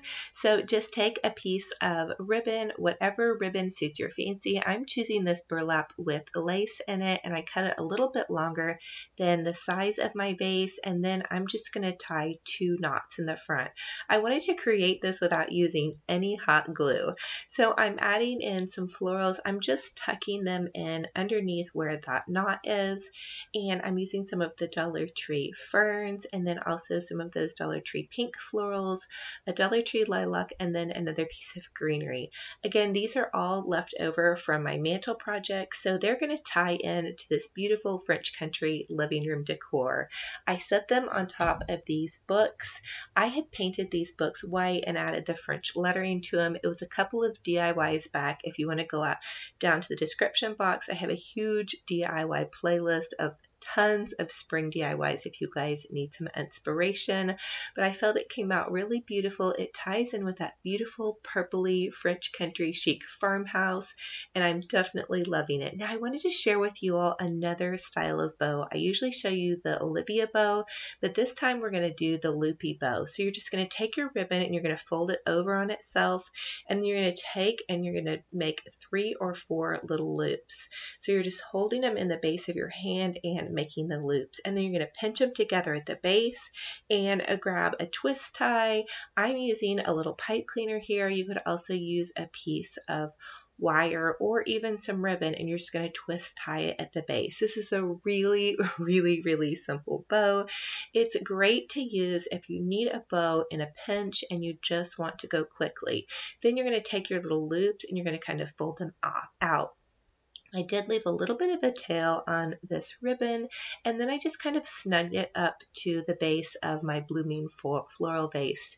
You guys know I have to go a little bit extra. I love my bows, and I really felt like this kept it simple, but gave it that extra girly vibe that I love. And then I just tucked this cute little fake cake next to it. For the next Dollar Tree DIY, I'm taking one of those heart Dollar Tree signs. This was left over from Valentine's. Again, I love to repurpose and reuse. It actually had a sparkly red border, and I just painted the little chalkboard sign with some white chalk paint, and then I'm using some Dollar Tree twine, and I'm tying a little hanger in the top. Now, what I want to do with this sign is just set it over next to my little display, and I'm going to write Home Sweet Home in chalk. I think these little chalkboard signs are super fun, super adorable, and perfect to write little notes to your family or just a welcome home little love note. I set it on top of this little side table in the back of my blooming floral. I thought it gave that extra little farmhousey chic vibe to the rest of all of these florals because I do have a lot of florals, so I kind of wanted to break it up with a different texture with the cute little sign.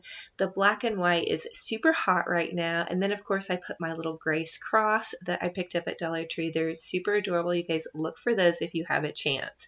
And then here is another view of that beautiful wild English garden floral that I created. So for the next Dollar Tree DIY, we're going to create a faux outdoor garden topiary planter.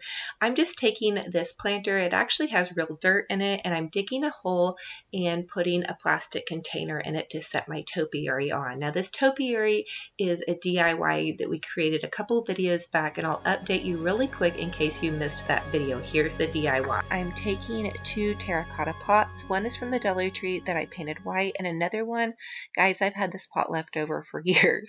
So anyway, I just painted them white and then I distressed them with some sandpaper, and now I'm adding in some Dollar Tree styrofoam. I want to create kind of a little stacked pot here. So just add that styrofoam in, and then I'm going to add some of that Dollar Tree grass. I wanted it to look kind of like a faux herb pot. I really feel like in the summertime there's a lot of greenery, so I wanted to bring that greenery element into my home for summertime. And also I wanted to add in some of this Dollar Tree moss, and then just continue to add in more greenery. I also added in this large piece of greenery through the top to stabilize that little top pot. I did hot glue the top pot to the piece of styrofoam, but I wanted to stabilize it by poking a big long piece of greenery through it. Now you can see I'm adding in some of those Dollar Tree ferns, and this just came out so gorgeous and so perfect. So once you have your topiary planted on top of your dirt and your little plastic container, you're just going to take the dirt and you're going to push it down, and then you can add some real greenery or some faux greenery. This is faux greenery actually that I had left over from Easter, and so I'm just going to pop this in here for right now. Again, I do plan on planting real flowers once I have a chance to go flower shopping, which I cannot wait to do. We are finally past the season of freeze, so I definitely know it's time to get out my really pretty florals, but I wanted to create something really beautiful. And if you guys have ever seen some of those variegated topiary planters at Lowe's or Home Depot, they're really expensive, and so I was trying to make one kind of like one of those that has different varieties of flowers in it. These are all from the Dollar Tree or from the thrift store, so I think it came out really good, and I'm just kind of randomly putting them in. They do kind of have a flow to them because they're all white florals. And again, I cannot wait to put some really beautiful colorful florals in here, but for right now I'm kind of feeling this fresh French chic farmhouse vibe, so I'm gonna go with it.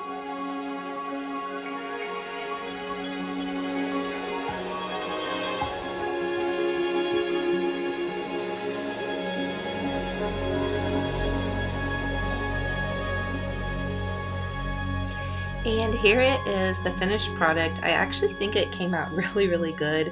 It looks fairly real to me if you don't get up super close to notice that the florals are faux, but it's also kind of nice that I don't have the pressure of trying to keep them alive just yet. But I do have a lot of my outdoor florals that are perennials beginning to bloom.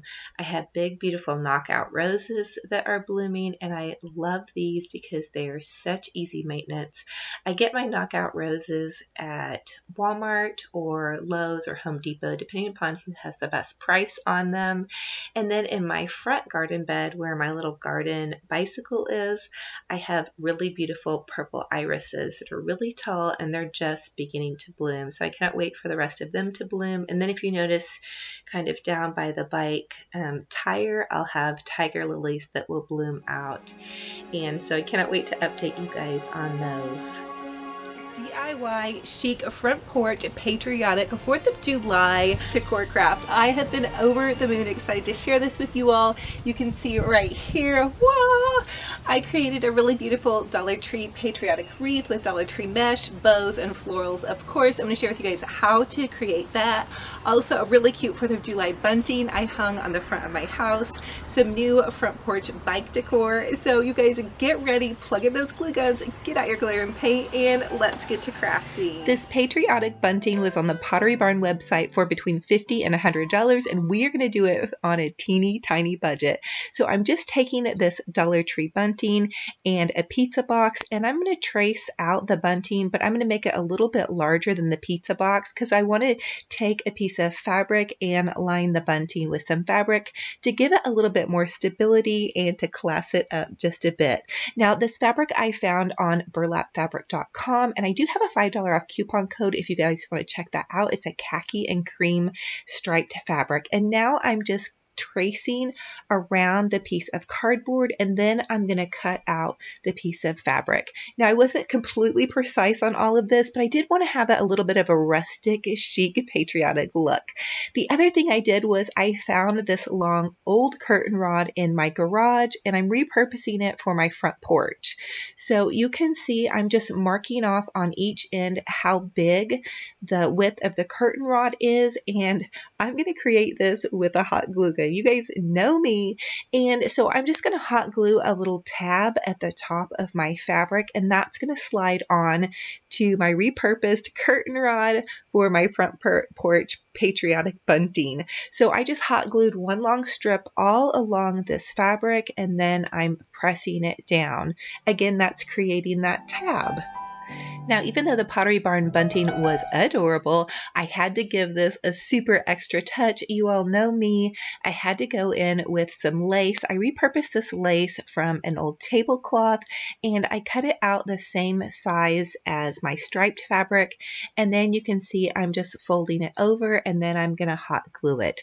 Again, you guys can be really precise with this, but I wanted it to have that shabby chic look, so I didn't want it to be completely perfect and also so I'm pretty impatient with my projects. So you can see I'm just cutting off the excess lace. Again, the entire bunting is going to fit onto the curtain rod with that first striped tab that we created. Now, Mr. Romantic helped me figure out that if I took the top layer of the bunting and just hot glued it over, that would get rid of those tabs. I didn't really care for those tabs. Now, if you guys are okay with them, that's great. But I wanted to kind of conceal them and give it a little bit more of a classy approach. Plus, I didn't need the little tab grommets. So I went ahead and lined this up, and then I'm hot gluing it again to the top of this, and then I'm going to add this, and cross my fingers this all stays in one piece on my front porch all the way to the 4th of July. It does get pretty hot where I live, but where I'm hanging this is going to be underneath the covered part of my front porch, and I enlisted Mr. Romantic to help with this part. Babe, that looks really good. Yes. Thank you, babe. So here is the finished product. I am so in love with this. I've always dreamed of having one of these buntings across my front porch. I just never knew how to go about hanging one, and repurposing this old curtain rod was the perfect solution. So for the next Dollar Tree DIY, I'm going to create a Dollar Tree Deco mesh. I'm going to be using 3 rolls of the red Dollar Tree Deco mesh and 3 rolls of the white Dollar Tree Deco mesh, and then a roll of burlap fabric, and it is from burlapfabric.com. I will leave a coupon code below and a link if you all are interested, and Walmart also sells burlap fabric.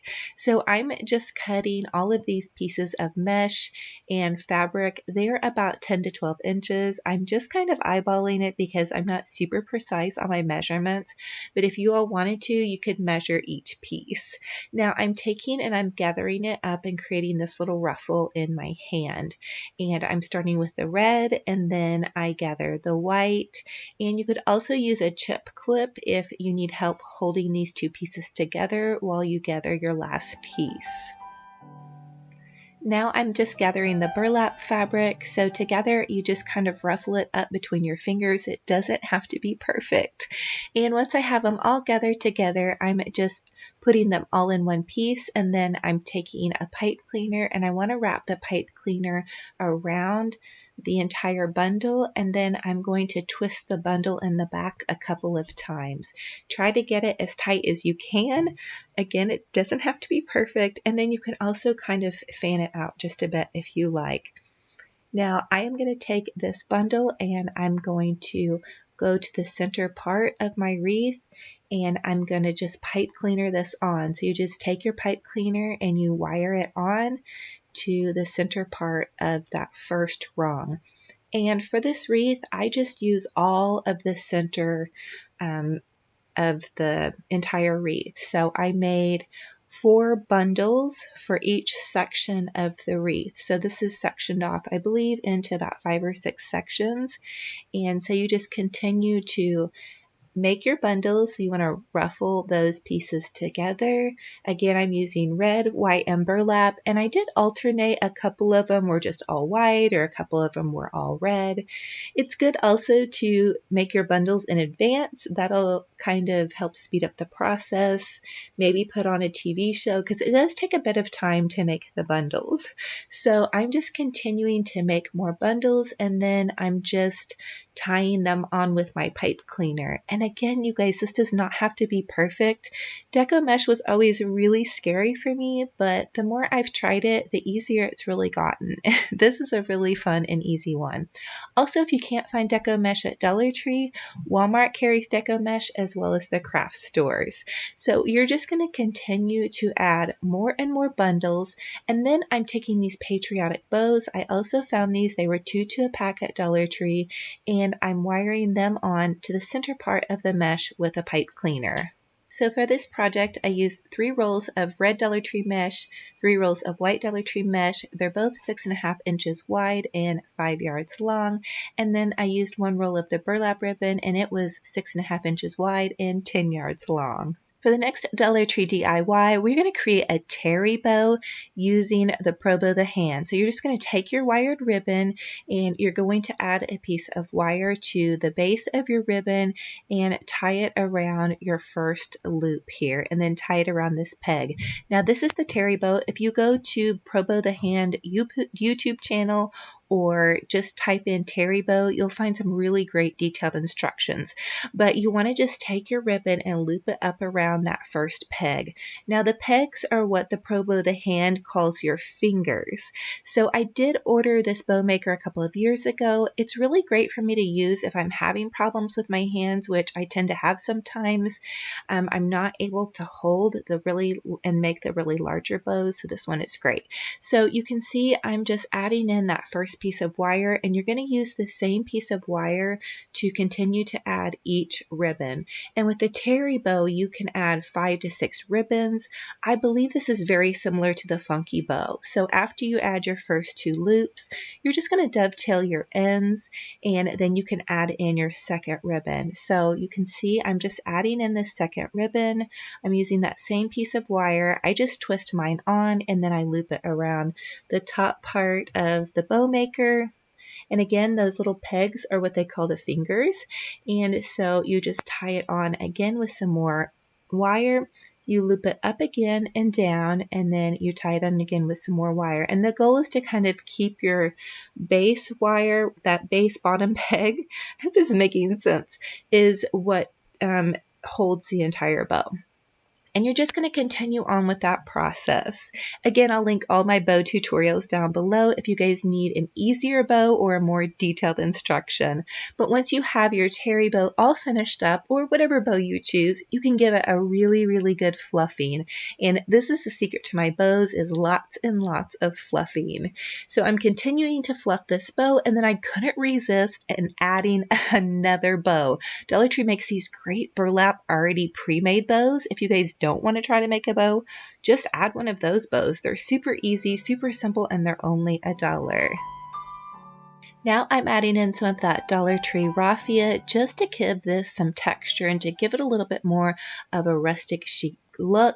I did add another patriotic bow off to the left, and then I'm using some of those Dollar Tree, I believe these are spider plants, and I just clipped off a couple of the little spider plants. I did have a bundle of tulips. I added a couple of tulips, and then I loved this. This was one of those Dollar Tree plant stakes, and I just took it off the plant stake and added the little "In God We Trust" heart. I just hot glued that onto the wreath and then added just a couple of more florals in and around there. And that deco mesh really saves the day with an outdoor wreath that you want to last for a month or so. You don't have to spend much on it, and it really looks really high-end and chic without breaking the bank. So I'm loving this. I thought it came out super festive, and I did just really subdue the colors by adding in the whites and the reds. Now for the next Dollar Tree DIY, I'm taking some of the roses that I picked out of my garden, and I'm just adding 2 of the foam wands. They come 4 to a pack from Dollar Tree, and what I love about them is they have a plastic wand, so you can stick them in your fresh flower arrangements. And I really think it's fun to even stick little 4th of July goodies, flags, a foam wand into some of your pink shabby chic girly flowers. And then I just tied this cute little handkerchief that I found at Dollar Tree off to the side to give it again that bit of rustic chic patriotic, but then also bringing in my favorite shabby chic flowers. For the next Dollar Tree DIY, I'm using one of those Dollar Tree sun hats and then a leftover patriotic bow and some of that leftover raffia. And this is such an easy, fun DIY that you can add to your porch decor. I had my little garden bike in mind. But anyway, I'm just tying that little raffia around the little patriotic part of this bow. And then I'm just using the original ribbon that was on this sun hat, and I'm tying my patriotic bow on. You could get really really fancy with this, but because I'm going to do a fancy floral in my bike basket, I wanted something a little bit more simple to hang on the front part of the bike. I think this came out so perfect. I know you all thought that the sun hat looked cute, and I may go ahead and buy one for myself to wear, but it did come out cute in my garden bike decor. Now for the next Dollar Tree DIY, I'm just taking some popsicle sticks and I'm hot gluing them to the back of this large Dollar Tree sign. It says God Bless America. It's a little bright and sparkly, but you know what? 4th of July is bright and sparkly, and so am I.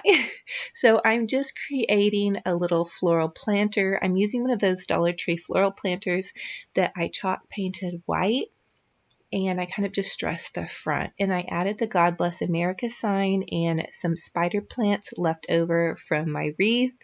And then Dollar Tree sells these American flags. They come 3 to a pack, and they're great to add to your floral arrangements.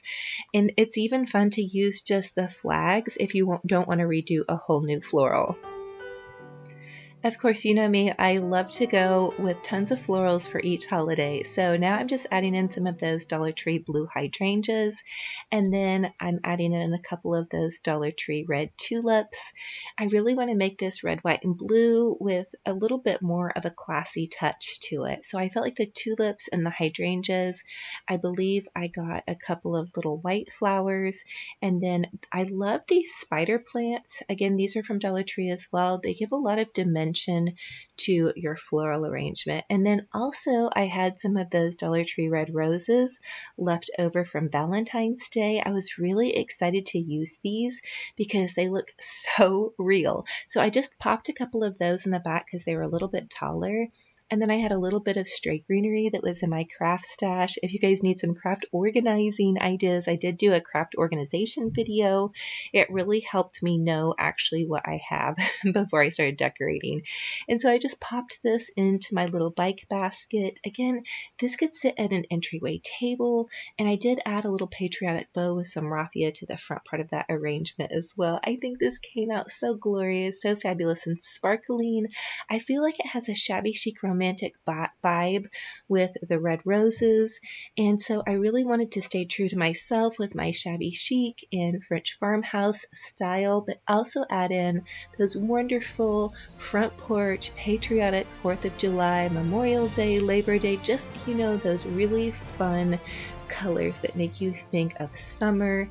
And the other thing is I really want to thank all of you out there that have served, and also all of the mamas and daddies whose kiddos served. Thank you, thank you, thank you from the bottom of my heart. It's such a blessing and an honor to live in this country. So anyway, I wanted to say that, but I really hope you guys are enjoying this. I hope you're inspired, and also just to know that you can add some of these touches into your farmhouse decor or your pastels without breaking the bank. Just getting your house ready, having fun. Some of these are really easy and some of them are a little bit more complicated. I hope I was able to inspire you guys, and I hope you guys are absolutely loving these.